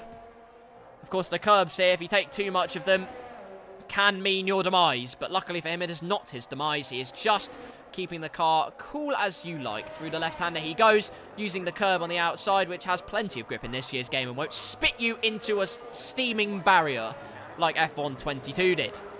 This game is so much better in driving in so many ways that the list isn't actually long enough, and we'd be here until midnight UK time, of which it's currently 9:15. But that's not important. The important thing is Magico has completed a clean lap around the Dutch Grand Prix track, There is ample opportunity to have quite a few laps round this circuit, as across the line he goes with a 1 minute 11.1. A respectable first lap there.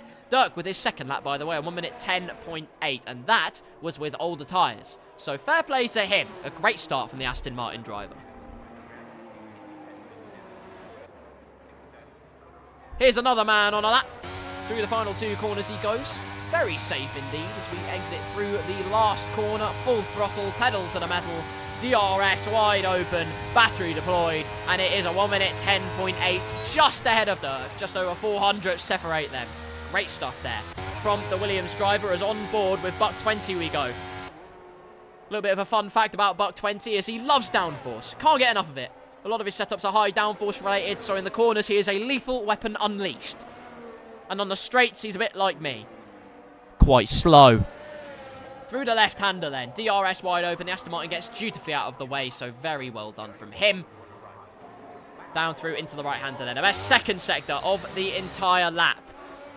If there was ever a Buck 20 track, it's this one. DRS wide open, throwing it into the right-hander. The car complies beautifully. The aerodynamics suck the car to the ground fantastically. The chassis balance is beautiful. The power is beautiful. DRS open, and it is a 1 minute 9.7. An incredible lap there from Buck 20, the first man into the 1 minute 9s of the day. Fantastic stuff. Great job. McLaren 1 and 2 currently in this qualifying session. Next to start laps then, we have Jamie Tarquin. There's another man set a lap there, I suspect, because suddenly Jamie Tarquin was not in 8th anymore. I am eternally confused, but on board with him then, as through into this corner he goes. Using 7th gear and not actually deploying any battery. I suspect he's backed it right off and is going to recharge and go for it all over again. Plenty of people on out laps. We have Crow with his first lap of the day. That's not who I wanted to look at. Here's who I wanted to look at the end of the lap then. I poured premium unleaded gas, well, many pounds worth of praise onto him. And across the line, he's fastest by nearly 1/10 of a second. There you go. Don't sleep on this man. He's named after a crow, so potentially he's out for blood. Who even knows? But for now, at least, he's doing an incredible job. It is a 1 minute 9.6. The second man into the 1 minute 9s, and Alfa Romeo right up at the sharp end. Fantastic lap there from Crow, as Jamie Tarquin set his first lap, which I suspect was not representative, and it is not. He's going again here, deploying the battery. So behind him is Buck 57. Let's ride on board with Buck 57. Actually, 2 seconds, my goodness me. Red Bull in 3rd place. Daniel Gilligan, a great little lap there, 3 thousandths ahead of the McLaren of Milo. A very neat and tidy little lap. And it's in cockpit cam. So really, it should be a 1 minute 9.2. There's no knowing how big this man's power is. But in this case, it is P3 and still a very commendable lap. Red Bull up in 3rd place, splits the 2 McLarens apart and forms a nice little tasty sandwich. So we go on board with Jamie Tarquin then. I was weaving about there. Into the next corner he goes, taking as much curb as he dares. He might still be pushing along, you never know. But it looked like he was squirming out of the exit there. And let Buck 57 through, who will come across the line now. So he has aborted the lap. He hasn't. Up into P3 he goes then. Great stuff. The 3rd man into the 1 minute 9s, and the times are tumbling down. But, ladies and gentlemen, here are the heavy hitters. Well, it was a heavy hitter. Zeus, I believe, was on a lap and has had to back off for some reason. Not too sure why. Timilele there on an out lap gets right out of the way. No idea what's happened, but he has to recharge the battery and go again. Avalanche is on a lap meanwhile. Let's ride on board with him, or rather look at him, which is legal. It's not against the laws. Across the line he goes. It's P6. Great lap there. Red Bull now 4 and 6.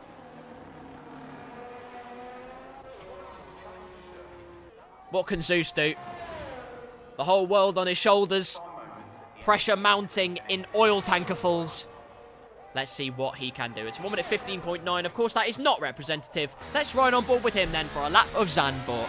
Turn up the volume and soak it in.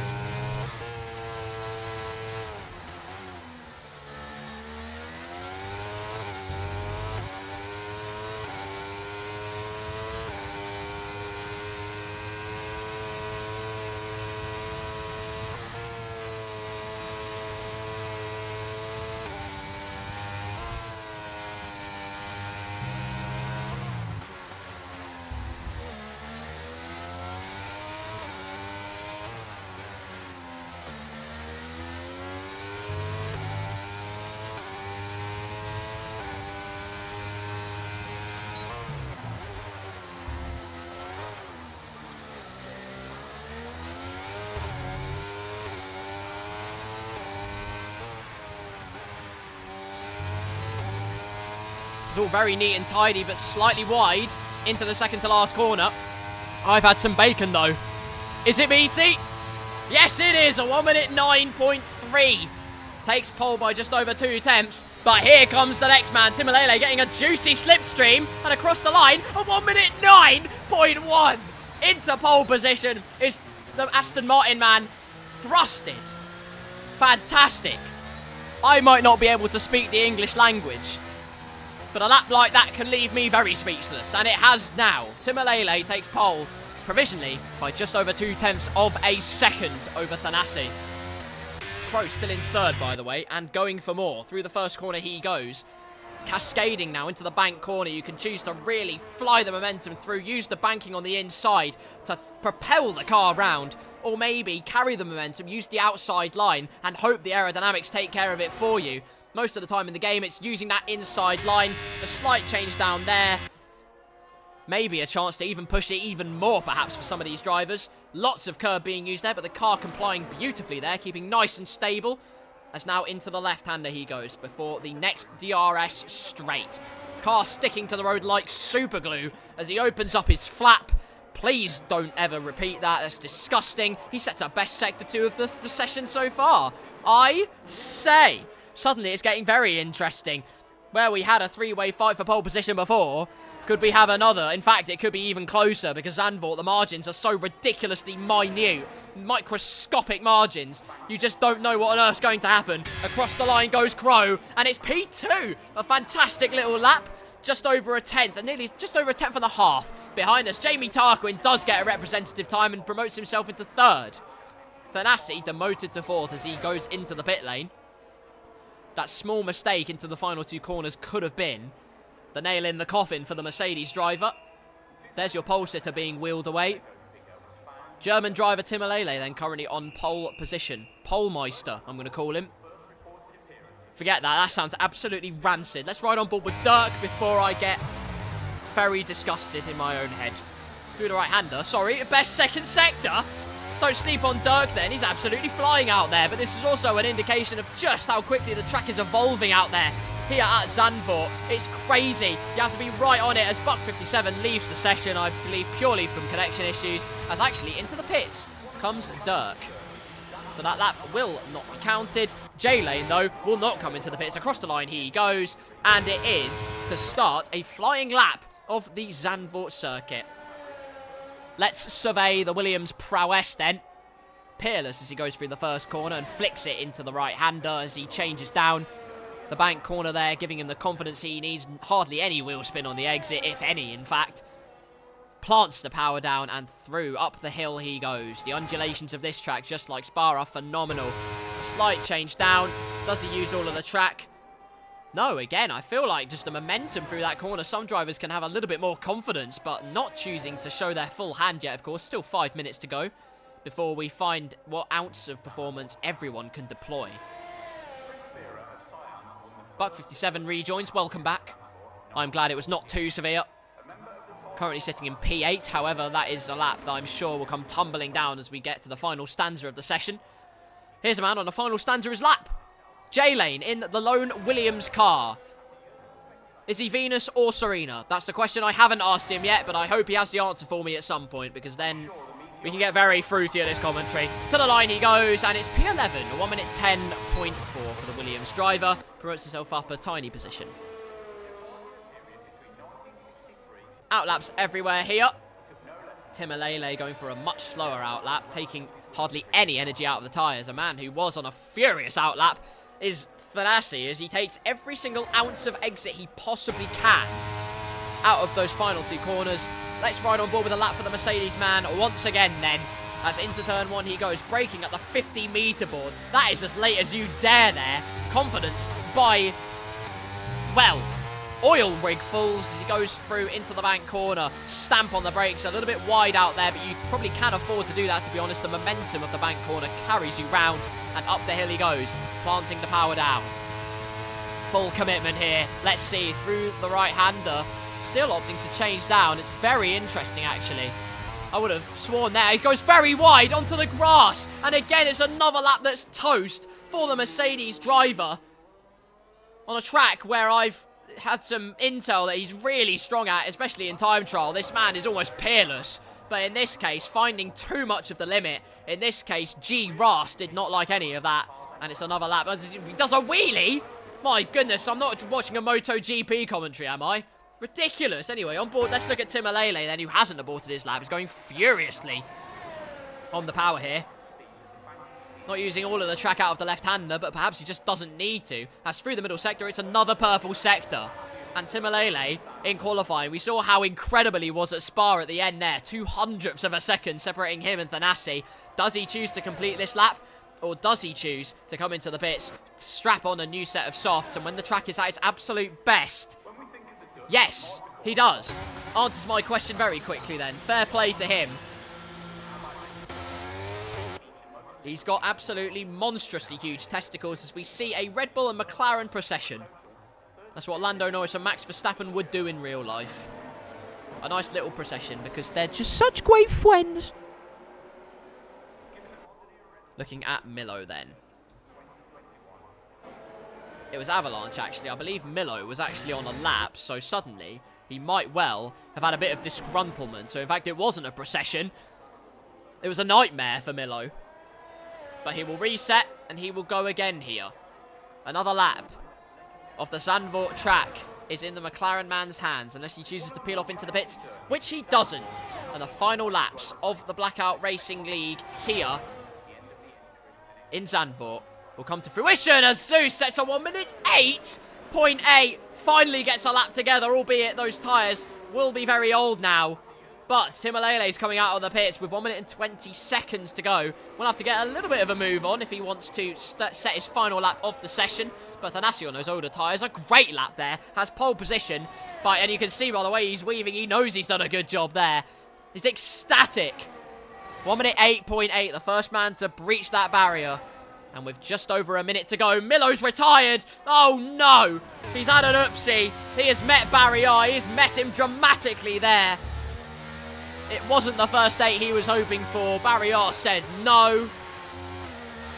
And his privileges have been revoked with Barrier. He is out of this qualifying session with just a handful of moments to go. How much time does Timolele have left? He has 36 seconds. So we better get a move on. Thanasi keeps dutifully out of the way of the Aston Martin man. And I'm pretty sure he will have enough time to set a qualifying lap. I hope he does. 24 seconds to go as Daniel Gilligan promotes himself up into P6. A great lap there. Stark will have something to say on his lap off the Zandvoort track. Up to P8. Great stuff. Such fine margins. 4 thousandths between him and Milo is crazy. Timolele does get across the line, and it is the current second place man, Buck 57, up to P7. Does fulfill one of his numbers. It is the lowest one in this case, but still a commendable result nonetheless. Jamie Tarquin up to P4 with his 1 minute 9.335. I'm pretty sure actually that was the lap he did before. Same for Buck 20 actually. So their qualifying sessions are done. It is now up to Timolele then to see what he can do. I don't think it was a purple first sector then. But through the second sector we go, riding on board. 125% commitment from the Aston Martin driver. The Ferrari man has had an oopsie. A spinneroonie pirouetting round. It will not deter Timolele from his lap. Through the second sector he goes then. At the end of it, is it purple? Yes, it is. Okay. Ladies and gentlemen, this gets interesting. Dirk retires from the session, but he is done with his qualifying anyway, so it's okay. The final two corners are Timolele's to transgress, and through into the final banked corner. DRS wide open. Full balls to the wall stuff. The Aston Martin man is the only one that can challenge. Can he do it? Yes, he does! A 1 minute 8.796. Just under a tenth of a second. And at the death, once again, Timolele does it again. The Aston Martin man takes pole position, unless Stark has anything to say about it. But we saw him get a perfect 10 from Craig Revel-Horwood. So it will not be a promotion from his P9, the lone Ferrari driver. But once again, it's the Timolele show. He has done it again. Here in the Blackout Racing League, another pole position for the Aston Martin driver. And once again, we are set for an absolute slobber knocker here at Zandvoort. Fantastic stuff. Scripts like this are so good, you just cannot write them.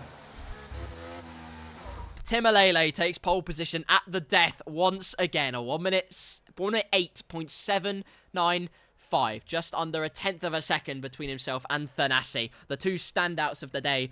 But commendable performances from Crow, Jamie Tarquin, Buck 20. In fact, everyone in the field did a great job indeed. Such fine margins here. Look at this. Hundredths, sometimes thousandths between drivers. That is the margins we have to play with here. Anyway, Timalele, Thanasi, Crow, Jamie Tarquin, Buck 20, Daniel, Buck 57, Milo, Stark, Jalen are your top 10, with Dirk, Avalanche in the Red Bull, Magico, and then Big Sam rounds out your 14 grid strong lineup. Well, that is incredible stuff, really.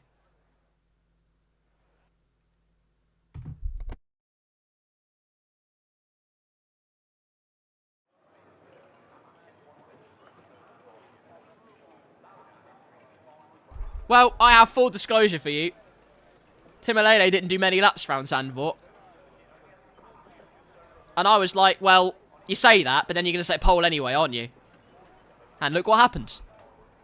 Now, I'm not saying I'm a genius, but I am a genius, actually. That is what I'm trying to say. Anyway, the Paddock Club have front row, first-class seats to the Zandvoort spectacle here. The Max Verstappen show, as it has been ever since Formula 1 returned there in 2021. He has 2 on the bounce, and let's be honest, probably will get 3 unless McLaren or Mercedes, or in fact anyone, can just pull their socks up and get to grips with their cars and destroy them. Maybe it will happen, who knows? Formula 1's quite interesting that way. So, we wait for the race to get underway. Here at Zandvoort. Of course, a 50% race, you know what that means, 30 plus laps, like we had in Hungary here. And again, we could see some split strategies. Do they dare to do the one stop? Preserve their tyres? Caress them, massage them, love them dearly until the end? Or do they go aggressive? Do they go for the 2-stop, those faster compounds of tyres, and floor it, qualifying lap after qualifying lap, knowing the advantages that they have? Well, that's the question. Let's see what everyone does. Timalele leads us away, as I've said so many times in this series. And here we are for the formation lap then. Let's see what tyres everyone's on to see what kind of complexion the race will have. Timalele on the mediums, Thanasi on softs, Crow on mediums, Jamie Tarquin on the hards and could well be going for the 1-stop. But safety cars could be an occurrence, so do not write them out of the equation in terms of how this race will play out. Buck 20 on the mediums, Mr. Gilligan on the mediums. Buck 57, I apologise. Sorry, put some respect on your name. Buck 57 on the hards, Milo mediums, Stark. I would hoped it was soft because it would have been alliterative, but no, it is mediums, Jalen on mediums, Dirk on hards, Avalanche on mediums, Magico on mediums, and Big Sam on softs. This time, a bit more of a split between the 3 tyre compounds. A few more drivers going for the hard strategy. Once again, like I said, do you dare to dream of the 1-stop? Or do you aggressively agonise your tyres? Let them scream for resuscitation and go for that audacious 2-stop. Softs to mediums then, for those that dare to do it. Or medium, soft. Who knows what strategy the drivers are going to go on? Of course, they will have done the research.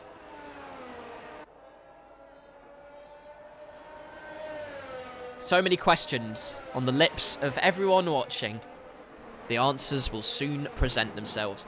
Weaving all over the place. Maniacal weaving from the Mercedes and the Alfa Romeo as Jamie Tarquin finally enters the back straight. As Timalele and Thanasi line up on the grid. Look at the way Thanasi's pointing aggressively to the inside straight away. I doubt it's to cover Crow, that's for certain. He's immediately looking to spearhead his challenge towards Timalele in the Aston Martin. Of course, in this case, he's on that softer compound tyre. And of course, qualifying is only half the story. Stark very far to the left in this case, pointing a little bit. Suspecting Buck 57 might get a bad start, as Dirk is disqualified for overshooting his grid slot. Once again, as we face the back of the grid then. Terrible stuff, but 5 red lights here in the Netherlands. It's lights out and away we go, and we're riding on board with Thanasi to see what he can do. It's not a great start. Wheel spin everywhere. It's Crow that's challenging once again to the outside here at turn number 1, where the momentum is in his favour, but unfortunately does not get it done. Buck 20 and Daniel Gilligan scrapping it out, and then the other McLaren is having a scrap again. No! Spun round by Stark. The Ferrari makes contact with the McLaren. Milo is spinning round. It's a 10 from Darcy Bustle on the panel. I can't remember if she's there anymore, but she was back in my heyday of watching it. But Timalele leads, but immediately look at the way Thanasi is hounding the rear of the Aston Martin. Those soft tyres immediately springing into life. And this is going to be a tasty one here in the Netherlands. Immediately controlling the pack. It is quite hard to overtake here. The main straight being the prime opportunity. You end up going to the inside or the outside. Normally the momentum is in your favour. The outside generally is better speaking because of that banking. My God, look at the speed Thanasi carries into that corner. He's finding pace at every nook and cranny of this track. As through the final 2 corners we go. A bit wide into the second to last corner. Just eases the pressure off the German driver ahead a little bit. But slipstream and battery being used is going to play into Thanasi's favour. Switches it to the inside. A nice little dummy, but goes immediately very wide on the brakes. Straight away. But gets the lead. Crucially for him. Little bit of an interesting move to start our race off, but he's sending a statement out there if he can make that lap as we head into lap number 2 then. Timalele settling for P2 for now. But of course we know that this race is long. The complexion of it can change at any time. We saw Thanasi did get penalties on where I thought in Hungary he had scintillating pace. In the end he received a drive-through for speeding on the safety car, but that still did not stop him from getting P3 when push came to shove. And now he needs to escape on those softs and hope he has the pace overall to carve out whatever strategy he wants to do. The gap's still 4 tenths though. Slipstream is king. Battery being deployed though by the Mercedes man as Mr. Unknown Relic joins the session, surveying the wondrous spectacle of the Blackout Racing League. Through the right-hander we go. He's now left. Bye, Relic. Nice seeing you, mate. On to lap number 3 then. The gap now nearly 8 tenths of a second. Thanasi must be deploying battery. He does, and it's a 1 minute 11.7, courtesy of it being only the second lap completed of the race, but still the second lap nonetheless, as Jamie Tarquin is overtaken by Buck 20, squirming about on the power at the exit, but does get the move done. As meanwhile, Mr. Gilligan goes through. No, he doesn't. It's a swipe from Jamie Tarquin, at least from the angle I was, but maybe just washed out wide as well. You never know in the heat of the moment, but it sends Gilligan spinning nonetheless. It's hardly any consolation as to what I say the outcome was, or who was at fault, or what the consequences were. The primary consequence is the Red Bull man who was running in P6 finds himself in P13. Jamie Tarquin remains in P5. And we continue on. Lap number 3, DRS will be open for the Aston Martin man. Look how hard Thanasi was pushing up ahead, using every inch of track and some more there. Unfortunately, sand does not provide the scintillating pace he would have hoped for. And as they go over that curve, they all do wheelies, which is fantastic. Big Sam's looking for a move around the outside meanwhile. Hello there. Look at this. That could be interesting, but nothing doing. But the inside of the bank corner is the Alfa Romeos to own. Unfortunately, he is mortgaged by the Red Bull driver and has to settle for P10. And that means Magico gets very close indeed. Meanwhile, DRS for the Aston Martin man will not be close enough at the moment. Thanasi, though, goes wide into turn number 1. Perhaps feeling the pressure from Timalele. Look how close it is as there's a yellow flag. What on earth's happened? Milo's into the pits. Something's gone wrong. I don't know what's happened. The Aston Martin was so close to the back of him. No move doing there.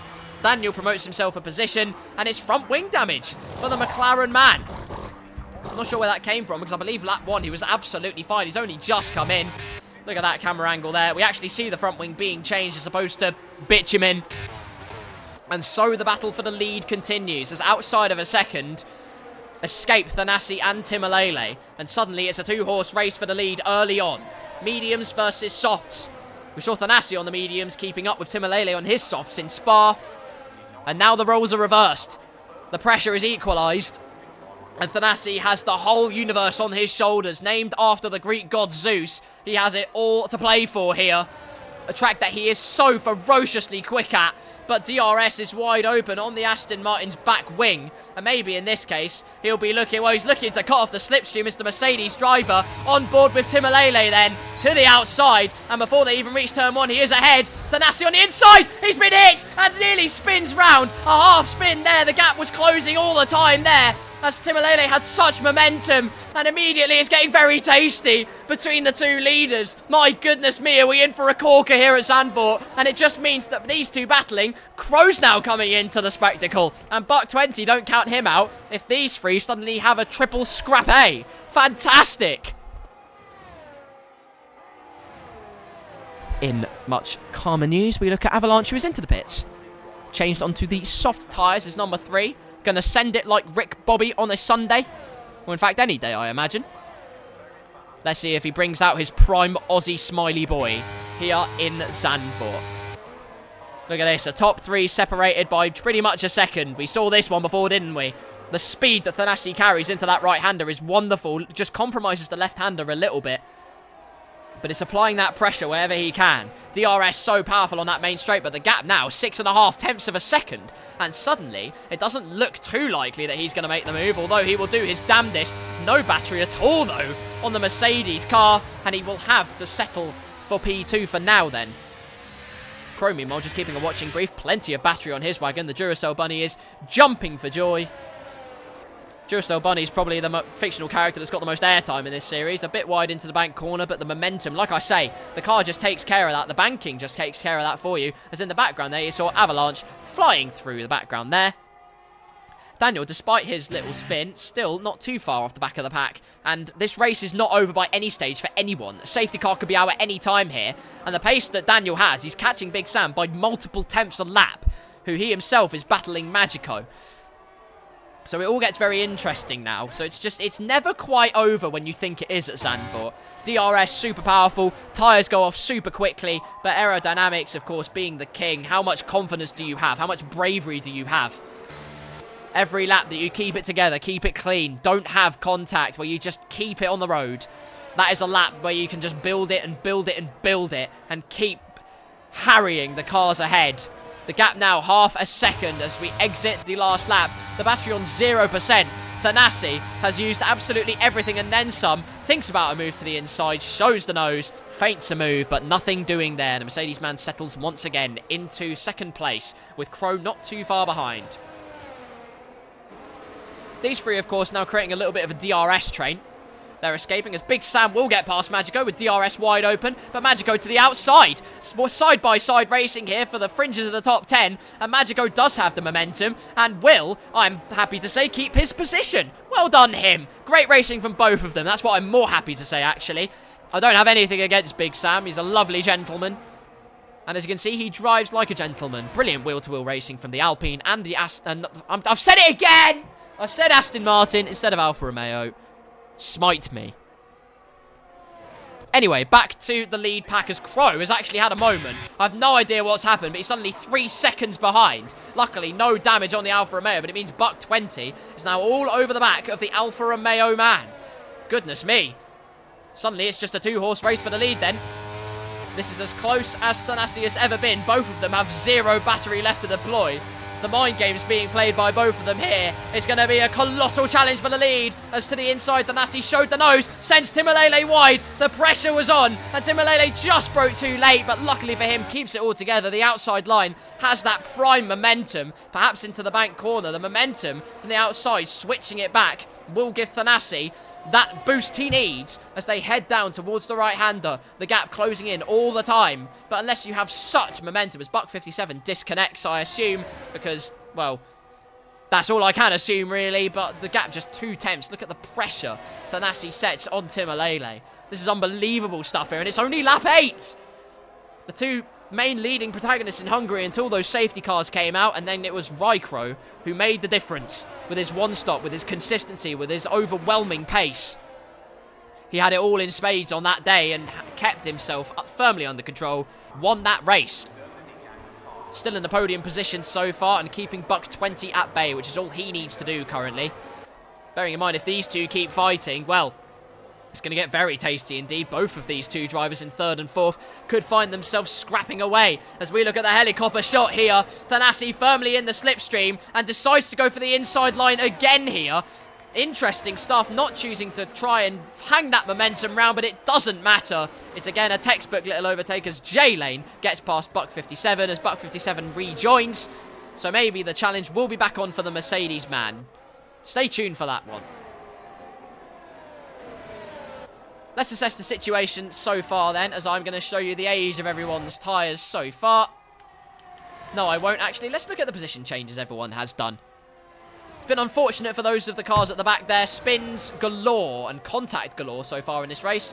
No less from the two leaders, but luckily it did not come off worse for either of them. They are still firmly in the hunt for first position. Maybe the crossover is starting to happen now, of course. The softs being 9 laps old now. You just don't know how quickly the tyres fall off. The tyres being pushed through 110%. The driver's giving every inch of commitment as wide into the left-hander goes Thanasi. And Timalele is pretty much pushing the Mercedes car through into this right-hander. And Timalele is so close, it's surely a textbook move indeed. They've swapped positions, hand over fist, time and time again. And trying to break the slipstream is Thanasi, but I suspect it won't be enough. Timalele actually holds back for now. Uses the outside line. Thought about going for that move round the outside. Is this Buck 20 making a move on Rykro? Both of them actually are catching up to the back of this battle then. As in Sector 2, there's a problem. It's Avalanche who's had a little oopsie there. No damage on the car, just emotional. He carries on his merry way. By the way, commendable performance. Despite actually losing those positions, Daniel has had monstrous pace. He's now only 3 seconds behind this battle as Dirk goes up to P7. What on earth's happened to Buck 57? This is not the race he would have wanted so far. The hard tyres apparently not biting for him as he would have wanted, unless there's been another disconnect issue that I am unaware about, which could well be possible. But either way, it's the other Aston Martin of Dirk up into P7 now, and in the hunt for P6.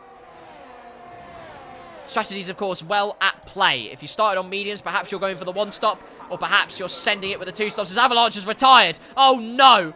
He's retired, he's gone into the pit lane. It's nothing malice at all. It's no malice at all to the rest of the competitors who can carry on their merry way. No safety car being deployed. And the battle continues then for P1. DRS wide open. Plenty of battery for Timalele to use, and it's going to be textbook into turn number 1. However, Thanasi does try and keep his nose in on the inside, but it is not enough. It will be Timalele that takes the lead of this race. As out of the pits comes the Red Bull, should I say, and that could have been very frosty indeed. As, well, it came out of the pit lane straight into the path of Buck 20 and Mr. Crow. Luckily, no safety car or virtual safety car needed, as there was no catastrophic explosion. Great news indeed. Timalele then, your race leader. The positions swap again. The pole sitter for this race has the lead again, but the positions keep swapping all the time. Thanasi on old softs keeping up with the back of the Aston Martin, although the crossover, I suspect, is well and truly happening now, as through the corners, Timalele is finding pace, hand over fist. Of course, the DRS is strong, but at what point are those softs not enough? That's the question, really, but through the left-hander, it seems like there are no problems, gaining a little bit of time at the apex. Finally changed it to a bank corner. Codemasters finally heeded our calls. The gap, though, 0.6 of a second between Thanasi and Timalele. DRS wide open as that gap decreases all the time. It's chinked away out, although it hardly changes as they go down the straight. It will not be an irrational dive from Thanasi, and rightly so, because it was never on. As Buck 20, Rykro actually going for the move to the inside. The momentum on the outside, of course, does wonders, and suddenly it will not be P3. Buck 20 holds his nerve beautifully there through the banked corner, using the slipstream as much as he can, then up the hill they go. Like I say, the prime overtaking opportunity, that is a new one. Prime overtaking opportunity is down the main straight into turn number 1. You've got a choice there of what line you like to take, as we've seen in many an occasion. It doesn't matter what side you normally choose, because there are positives and some negatives to both of those.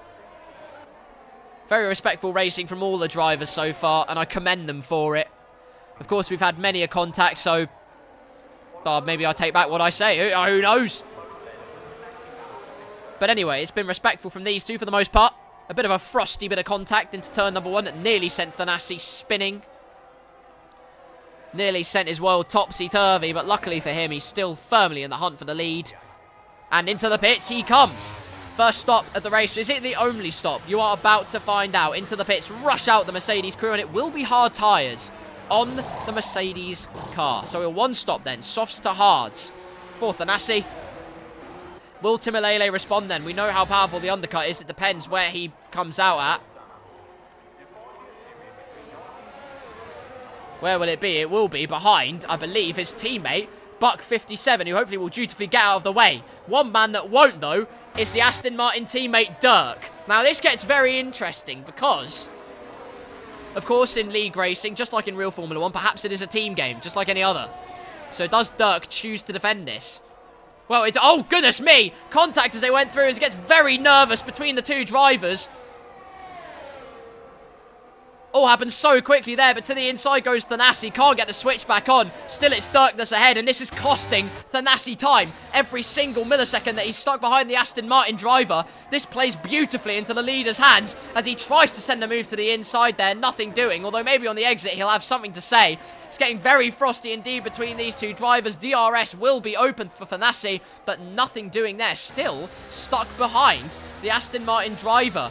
Trying alternative lines, finding every which way to see what he can do. Timalele stays out because he knows his teammate is firmly ahead and giving Thanasi a very hard time. This changes the race with the complexion of the race completely. Timalele can stay out that little bit longer and actually have fresher tyres here. Thanasi will finally get the move done. DRS wide open, and it is completely no contest. It's textbook, a bit of wheel banging through the first corner though, but Thanasi does get the move done, luckily for him, and takes P7 in this race. Provisionally, of course, it's first or second. He does have his teammate to contend with. What will Buck57 do? He knows his teammate's on a storming drive, a charging performance. So will he halt his charge or will he continue the charge? You would hope he would get dutifully out of the way, potentially. Of course, not too far, and he does indeed dutifully get out of the way. Good teamwork there from the Mercedes boys. Hopefully it doesn't compromise him too much. Dirk looking for a move there, but nothing doing so far. Well, Thanasi on the new hards then, pushing it as hard as he can. The man who pulled the trigger is trying to do the undercut. Timalele, I believe, not pulling the trigger for his overcut. He stays out as we enter lap number 15 of this race. Let's run through the order while we're still here then. Buck20 comes into the pits. He's currently in third. Will lose that position very quickly as Jamie Tarquin now inherits it. It is Timalele from Rycro in the Alfa Romeo. Then it's Jamie Tarquin, Buck20 with J-Lane and Thanasi in 6th. That would have been embarrassing if Buck20 came out ahead, but that is not the case. Thanasi out comfortably ahead of the McLaren man. Don't know why I even entertained the idea. He was ahead anyway, so he would have inevitably came out ahead. But you never know. That's the thing with Formula 1. Anything can happen, and it usually does.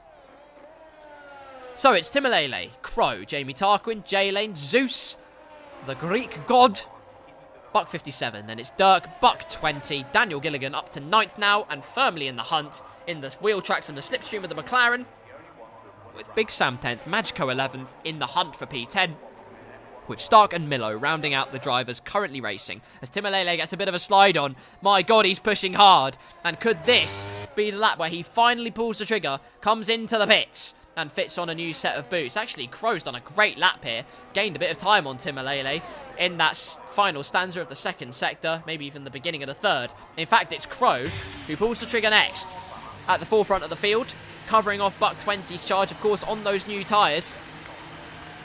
Did a great lap, kept up with Timalele's pace, so that tells you all you need to know about the pace of the Alfa Romeo driver. Hard tyres firmly on his car, and away he goes.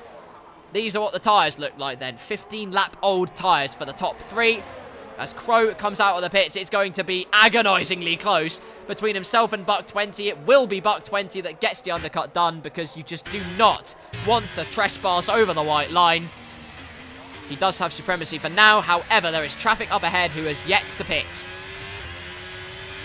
Buck20 trying to find a way past Dirk. Dirk has insane momentum on the Mercedes man though, so nothing doing. And suddenly it will bring Rycro into the fray. Timalele is not firmly in the fray. He is enjoying a fantastic little drive on his own at the front. P1 currently. The gap between himself and Zeus is 16.5 seconds, but he is stretching his stint. When he pulls the trigger and moves on to his next set of tyres is unknown to me, but he continues again. So could he be doing a one-stop? But Could he be doing mediums to softs?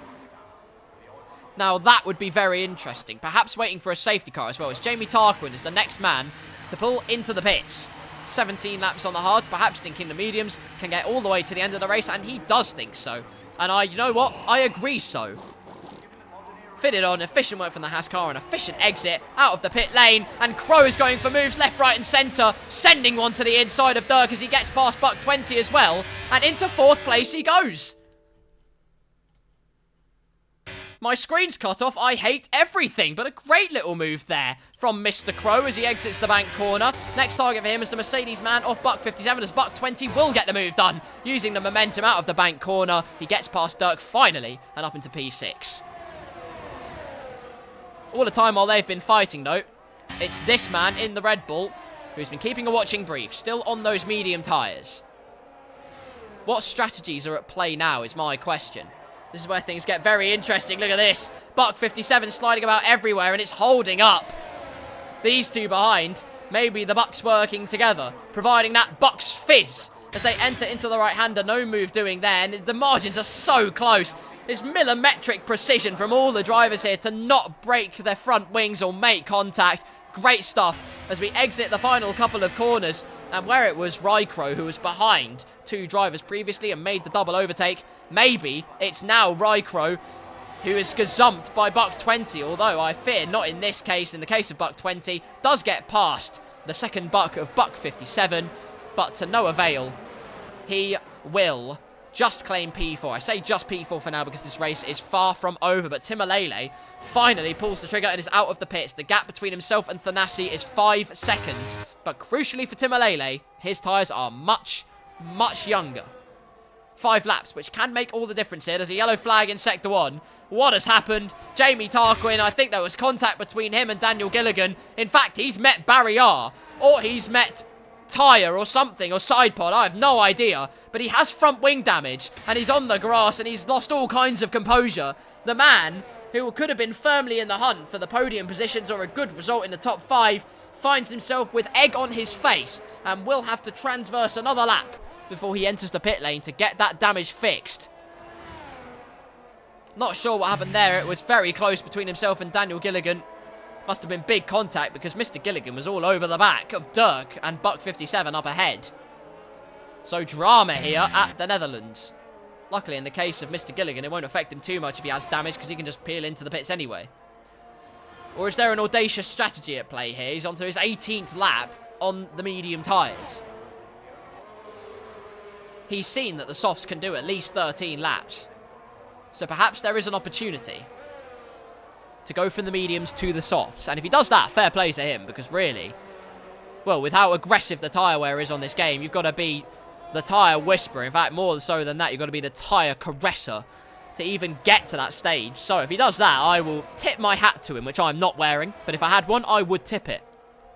Magico now gets past Jamie Tarquin. Something's happened again. He's lost his front wing. Jamie Tarquin has had an oopsie. He must have met Barry R. And Magico, who said he was Sunday driving at the first race, finds himself up in P8 currently. Lofty heights for the Alpine driver. Great stuff. And he'll be firmly very impressed with that. One man who's I'm very impressed with how he's kept his tyres alive for so long is Mr. Stark. 17 lap-old softs. And still keeping up with hards up ahead, which should have had that crossover by now, although through the left-hander, you can see they're goosed. They are properly, firmly goosed. Jamie Tarquin with a 3-second penalty for corner cutting. He's just skimming Barry R there. He's weaving about, trying to get the grit off his tyres, but realistically, he needs to think about getting out of the way of Milo and co here, although through the right-hander. Does he do just that? Yes, he does. Dutifully out of the way. Good job from the Haas driver. Milo and co promoted from P10, 11 and 12 respectively as Jamie Tarquin enters the pits. For a front wing change or a time from the race, I have no idea. Oh goodness! Thanasi runs wide! The man who's on slightly older hards suddenly makes a mistake, and Timalele does not make that mistake, and he'll see that gap come down, and he'll start smacking his lips. This is like a Christmas roast and Thanksgiving turkey, all rolled into one beautiful concoction for the Aston Martin driver. On fresher hards, suddenly, the pressure is on the Mercedes man. Rapid in time trial, absolutely ferociously quick. But in this case, potentially has goosed himself here as he puts the pressure on himself with 16 tours of this track yet to go at Zandvoort. It's Crow who holds third place, but the battle is still going to be very close between himself and the leading McLaren of Buck 20. Of course, the Papaya Pros looking to retain their constructors' lead. I'm not sure what the stipulations are by the end of this round. But into the pits, finally. Oh, I thought came Buck 57, but no. Gazumped by both Dirk and Mr. Gilligan, who's right on the back of Dirk once again here on those 20-lap old mediums. As J-Lane is the one that gets past Magico on much fresher hard tyres. Up into P8 for, I'm gonna say he's Venus Williams. Jamie Tarquin out on the track now on fresh mediums and a new front wing on his car. It's been a race to forget for the Haas driver so far, unless there's a cheeky safety car, if you know what I'm saying. It's Stark in the pits, though, and he chooses to go onto the medium tyres. He's gone for the soft medium strategy. Of course, Stark, I believe, did pit quite early on for softs, but he's proved it is possible. It is possible to take softs and mediums the distance. So perhaps Magico and Mr. Gilligan aren't out of their minds completely, as Mr. Gilligan has passed Dirk for P5. The leading Red Bull driver, of course, still has to pit, but remember, could be going from his mediums onto the soft compound tyres. So do not write him out of a very good finishing position just yet, because it could well happen. Meanwhile, a man who's on a charge is Buck 20, looking to pile on the pressure on Mr. Crow. In this case, nothing doing there.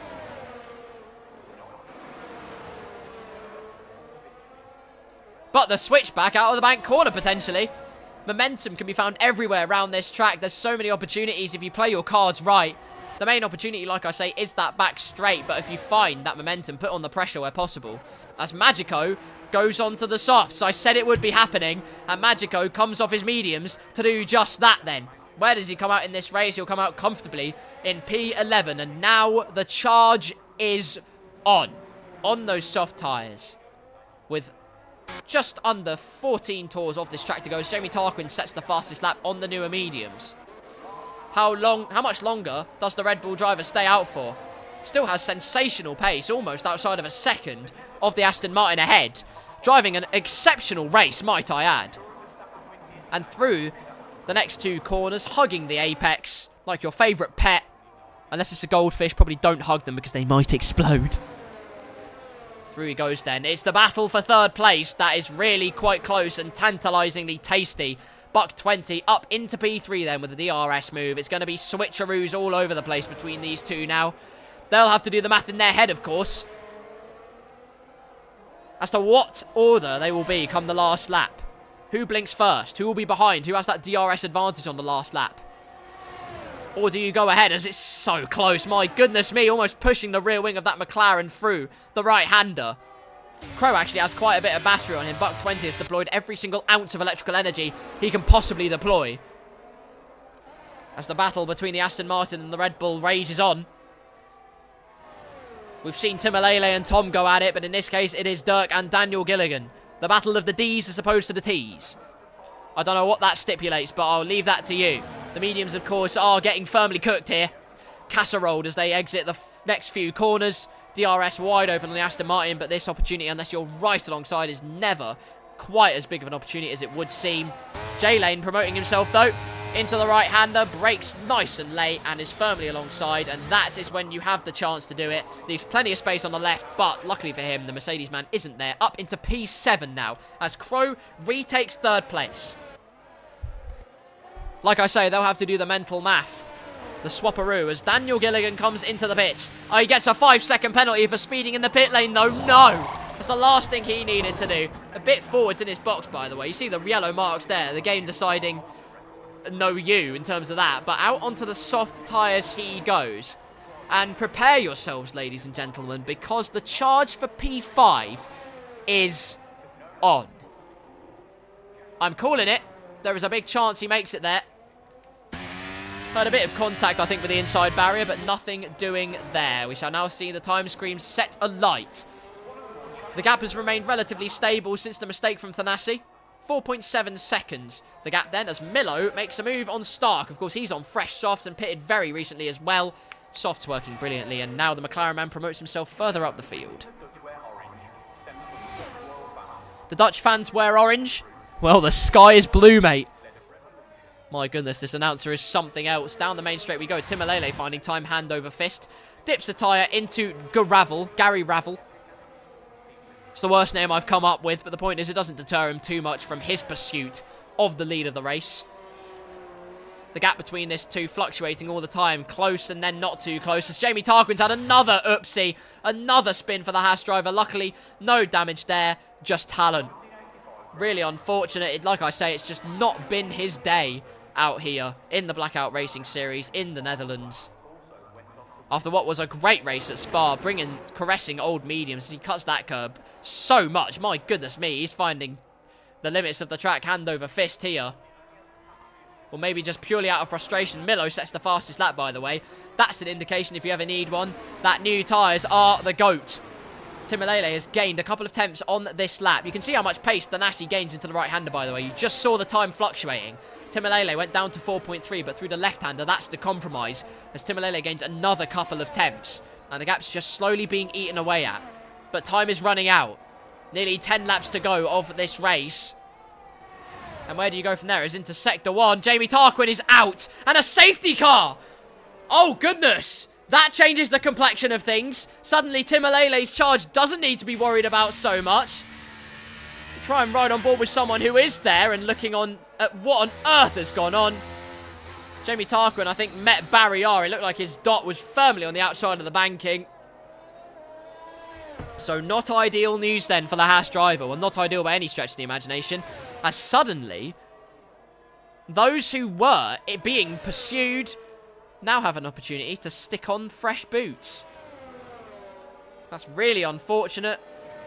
Although, if you were just on tyres, you don't lose anything now by gaining time by pitting onto new tyres.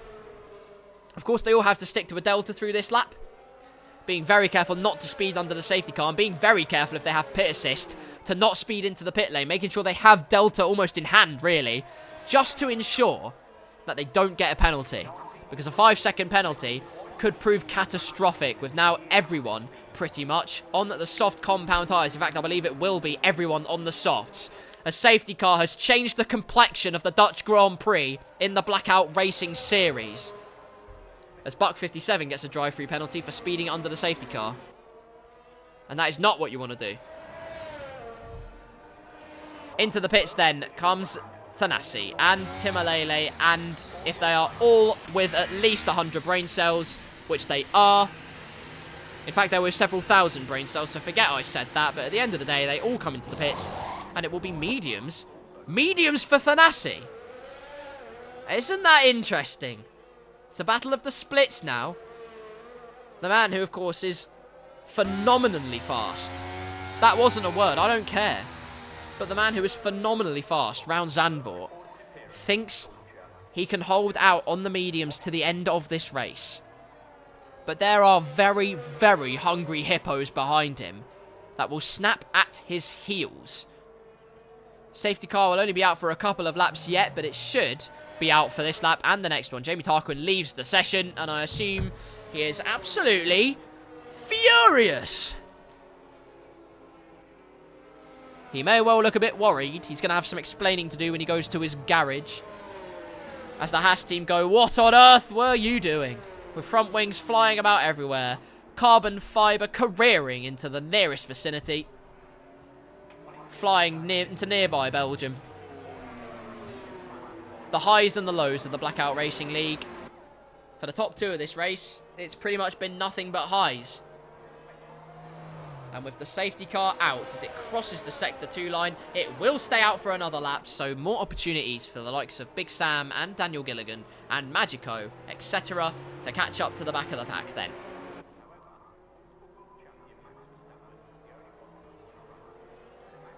So we continue behind the safety car then. Let's discuss the races that we've had around Zandvoort. I'm going to go from recent memory because recency bias, people remember that the most. In 2021, Hamilton was in hot pursuit of a win round Zandvoort in a meteoric challenge, but in the end Max Verstappen held his nerve and won the championship. I do wonder what would have happened. I mean, obviously I'm presuming he would have won in 2022 anyway, but I am wondering actually what would have happened if Verstappen, it did not go his way on that day. Because it just felt like everything fell into his lap at the very end when it just possibly could have. Whatever you may think of it. I will not comment on the race that shall not be named anymore. But the point is, what would have... I just want to wonder what on earth could have happened if he didn't beat Hamilton to that championship. I mean, the F1 community would be quiet for at least 5 seconds. So that would be good at least. In a way, it's kind of annoying that they don't. If the conversation still rages on, but that is just how controversial that last race was. But let's move on. That is in the past. We are here in the here and now, and just like real life, the safety car is being bullied. In this case, by the Mercedes of Thanasi. That's not very nice. He's doing his best. It's an Aston Martin anyway. He suspects there's foul play going on, potentially. Maybe, I don't know. It's a video game, really. I mean, if you think there's foul play going on in a video game, consult Codemasters. The safety car should come in at the end of this lap. Surprisingly, it doesn't. It will not come into the pits at the end of this lap, and that's because the rest of the field hasn't quite caught up yet, so it'll be out for one more lap. And that is bad news if you're the leader on medium tyres, because it gives the rest of the cars who are on softs another lap for them to just caress them. Thanasi going for the weaving strategy, of course. As you can see, I mean, I don't think I need to tell you that. You can see it for yourselves. Your irises work absolutely fine. But weaving this way and that to get any kind of temperature into his tyres, and I have to wonder if he doesn't think that putting the brake bias forwards is the way forward, as it were. Maybe it is, maybe it isn't. We don't know the full story, of course. In the case of the cars behind, they're not really moving about massively. As the safety car continues on through the bank section. The rest of the grid almost caught up. Magico in 10th, Milo 11th, and Stark is just finding his way to the back of the pack. Here he is, currently the fastest car on track. On board with him, look at the ferocious speed of the Ferrari. It's almost like a playground game with how fast he is as he waltzes up to the back of the pack, and he's surely going to dispatch of them. Oh, wait. It's a safety car. But I am predicting complete and utter chaos as we go through into the final few laps of this race. 7 tours of the Zandvoort circuit to go. The majority of the grid on softs, 1 man on the mediums. Can he do it against the odds? We're about to find out. I imagine the safety car should peel in at the end of this lap, and it will. That means Thanasi will back up the pack then, weaving furiously to find any kind of heat into his tyres. As I heard something catastrophic in the background there, I thought I heard a horrendous noise as Buck 57, well, Big Sam and Buck 57 phased through reality, so that is dubious to say the least. Aliens at every corner, there's more aliens here. It's the most aliens I've seen since the newest Star Trek film, or the most recent one. Buck 57 gets a 5-second time penalty for ignoring yellow flags. I will say it was a bit dubious as the pack was backed right up. So I don't really blame him. I wouldn't be surprised if that penalty got removed. But we are back underway, racing here at Zandvoort, and Thanasi's got an incredible launch. Put the burners on at the end of the second to last corner, and Timalele's under pressure. Crow is on the move once again, potentially, but nothing doing there. It's Daniel that is going to be the one who's piling on the pressure as Big Sam's into the pits. I suspect somehow he might have had damage. And there was something, I heard a noise, or maybe it was a drive-through. I actually can't really tell, but it looks like it was a drive-through because the tyre age has not changed. Great inference from me. And suddenly, the race is on. Thanasi has to escape on those mediums. He cannot afford to make any mistakes because look at this. 3 soft Shedden runners. My goodness, through that one corner, nearly 5 tenths, half a second gained by Timalele in second. And suddenly, could this have been a catastrophic decision from the Mercedes driver? Well, you're about to witness possibly a fumble of strategies here as Timalele sets the best middle sector of the entire lap. And look how close he is. It's millimetrically close, and the slipstream is being sucked to perfection as Milo makes moves. Magico's had a problem. He's to the inside of the left-hander. It looks like nothing massive, though, as he carries on his merry way. Slipstream being deployed and used by Timalele. The fastest lap of the race from Timalele. It's all happening here. Thanasi has used a lot of battery here to keep himself in the running. And what he's hoping is that these softs age out to such a point that he can just escape away that tiny little bit. Dirk, by the way, with a 4-second gap already to the cars ahead. And that's because these guys are fighting so hard. Luckily, the side-by-side action is wonderful. It's beautiful. Daniel Gilligan round the outside and does get the move done. Fantastic. The momentum in his favour. And he whiplashes Buck 57 with a fantastic little move. The gap isn't just 0.3 of a second. It is so close, and there is so much drama that's yet to unfold in the fairy tale of the Dutch Grand Prix. As the gap extends to 0.4, I suspect Zeus is deploying battery every which way. Is a tiny bit less as he goes wide into the right-hander once again. He's feeling the pressure. It's cooking. It's like in Hot Fuzz when they keep the oven on. There could be a horrendous explosion quite soon for him, or implosion, or whatever. What on earth happened? Who knows? Slipstream being used again here.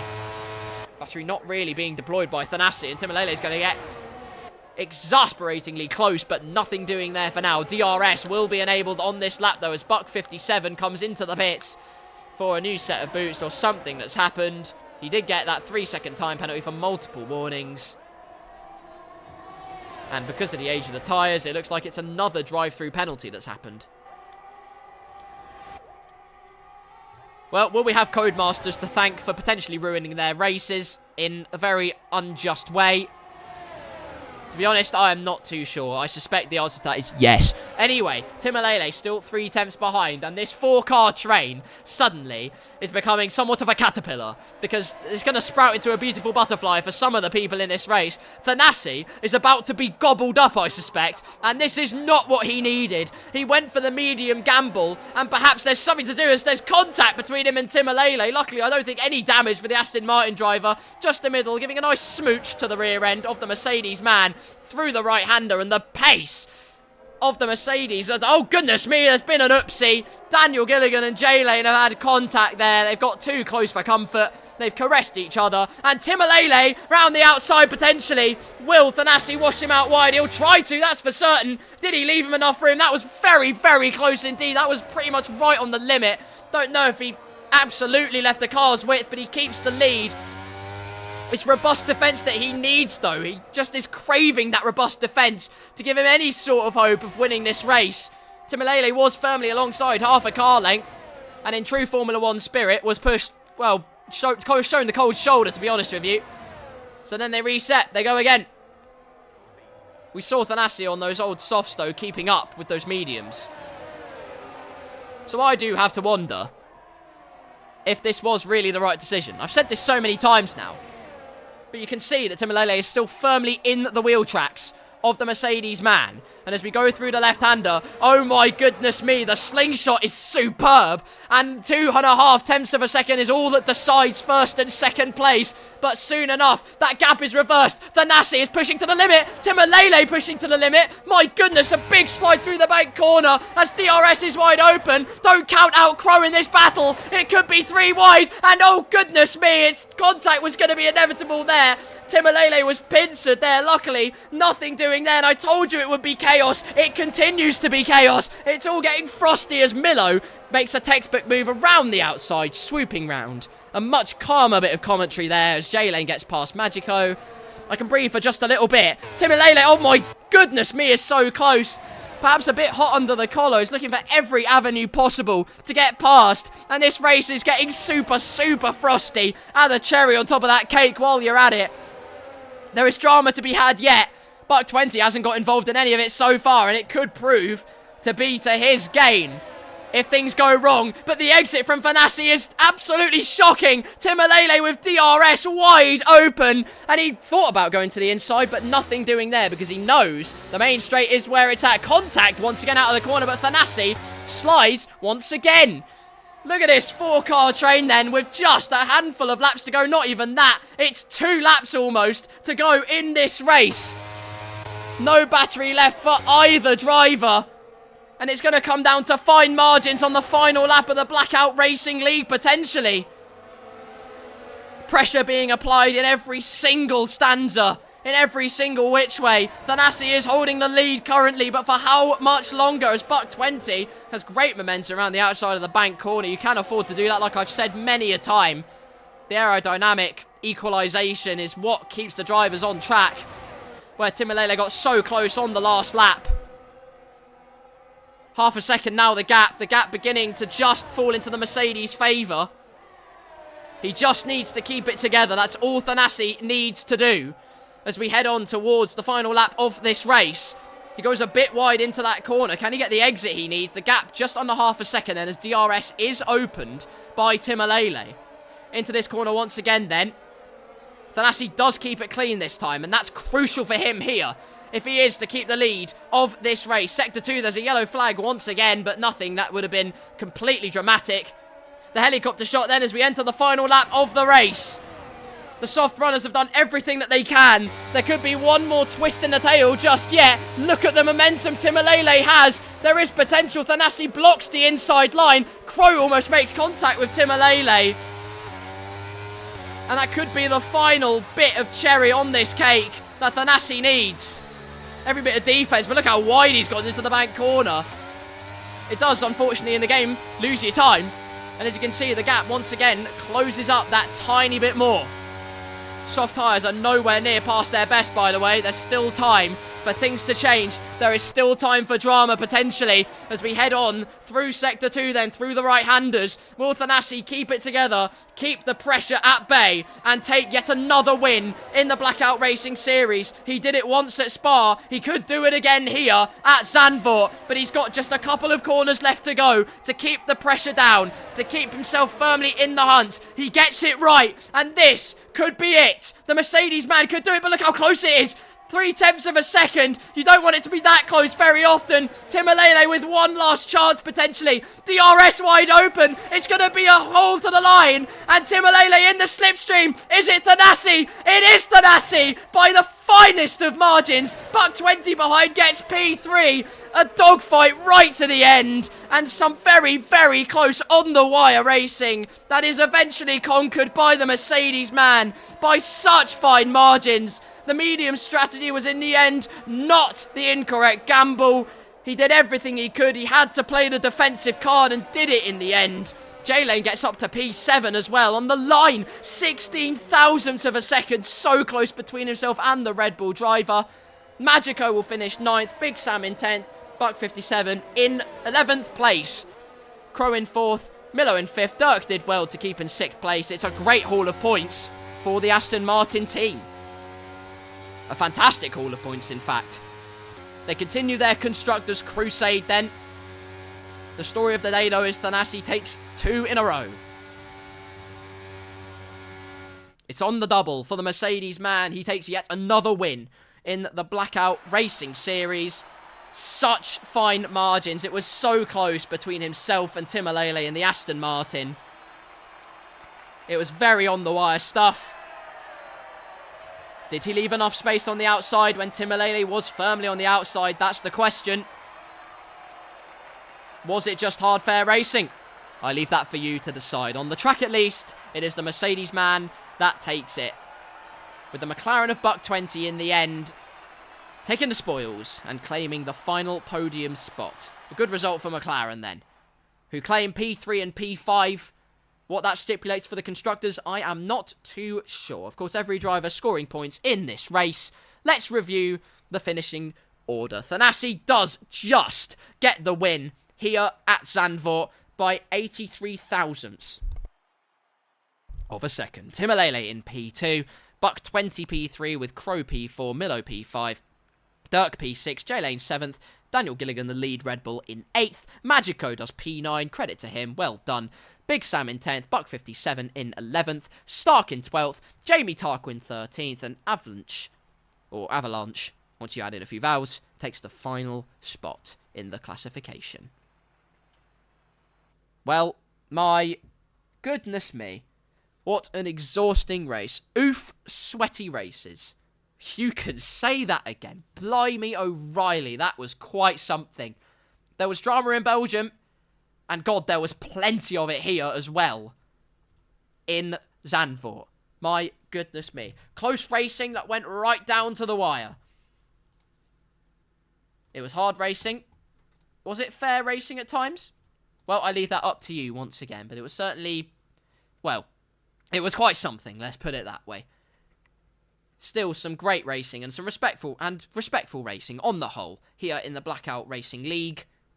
Margins are so fine, and that proved no more so than in Zandvoort. My goodness me. Of course, with 2 wins on the bounce, it means Thanasi increases his championship lead significantly. He has firmly got a grasp at the top of the championship. Mercedes find themselves on top as much as, well, they wish they would in real life, realistically. But unfortunately, they forgot how to make side pods, and now we cry every day. They have added side pods since then, but apparently they don't understand those either, so really, why do we bother? Still, there is hope. And where there is hope, there is a chance. And where there's a chance, there is always a chance. You never know what could quite happen. One week could be a dream. The next week could descend into a nightmare. That is for you to find out next time as we go to the Blackout Racing League. Rounds 15 and 16. My goodness me, this season has absolutely flown by, hasn't it? Feels like it has for me, anyway. But rounds 15 and 16 will be Monza, and according to the F1 calendar, Singapore, although I've heard whispers that it could well be the French Grand Prix. Of course, it's round 15 and 16 in terms of the numbering that we've done in terms of races so far, but technically Monaco was void, so it's rounds 14 and 15. I leave that up to you to decide which way you want to number it. But that concludes it. All that remains for me to say is thank you to every single one of you that is listening, that has watched this wonderful series of all the chaos that has come alongside it. I hope once again, well, I'd like to think I've done it justice, but I sure do hope that you enjoyed it. If you did enjoy, of course, give the Twitch channel a follow, and I also upload on YouTube occasionally where I shout over more F1, over my own driving. So if you enjoy that, you might enjoy me shouting, I guess. Anyways, I thank you all very, very much for watching. I do really appreciate it. I respect and love every single one of you that watches these. You are the reason I keep doing this, and the reason I enjoy what I do, which is the crucial thing. Thank you again to the Blackout Racing League for allowing me to commentate over this brilliant league racing series. We shall be back for more at Monza and insert race here, because I have no idea what comes next, but that's part of the surprise, isn't it? Until then, thank you very much for tuning in, and until the next one, next Monday, I will see you very soon. Credit to all the drivers, well done to all of them, and I will see you very soon. Take care, stay safe, and have a good one.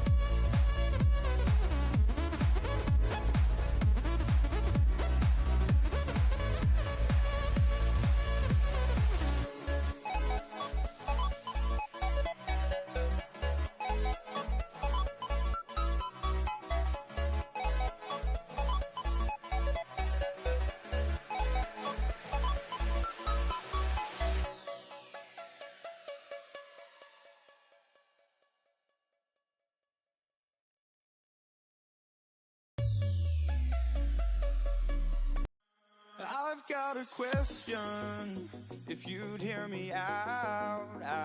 In your defense, you never had a chance. And so tell me straight, I won't go. This is our time now, I'm sure. Make no mistake that we are closer than we're far.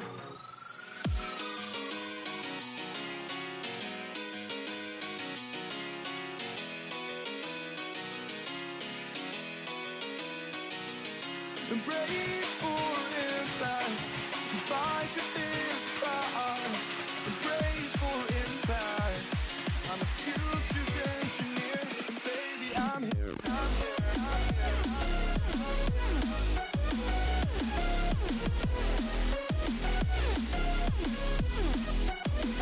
and baby I'm here, I'm here.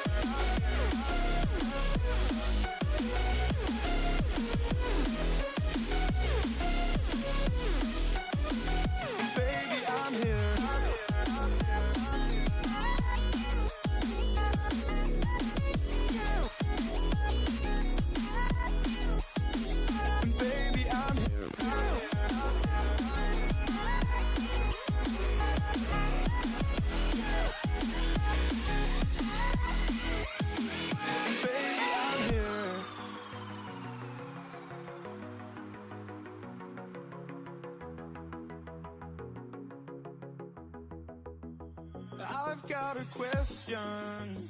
If you'd hear me out. In your defense, you never had a chance. And so tell me straight, I won't go. This is our time now, I'm sure. Make no mistake that we are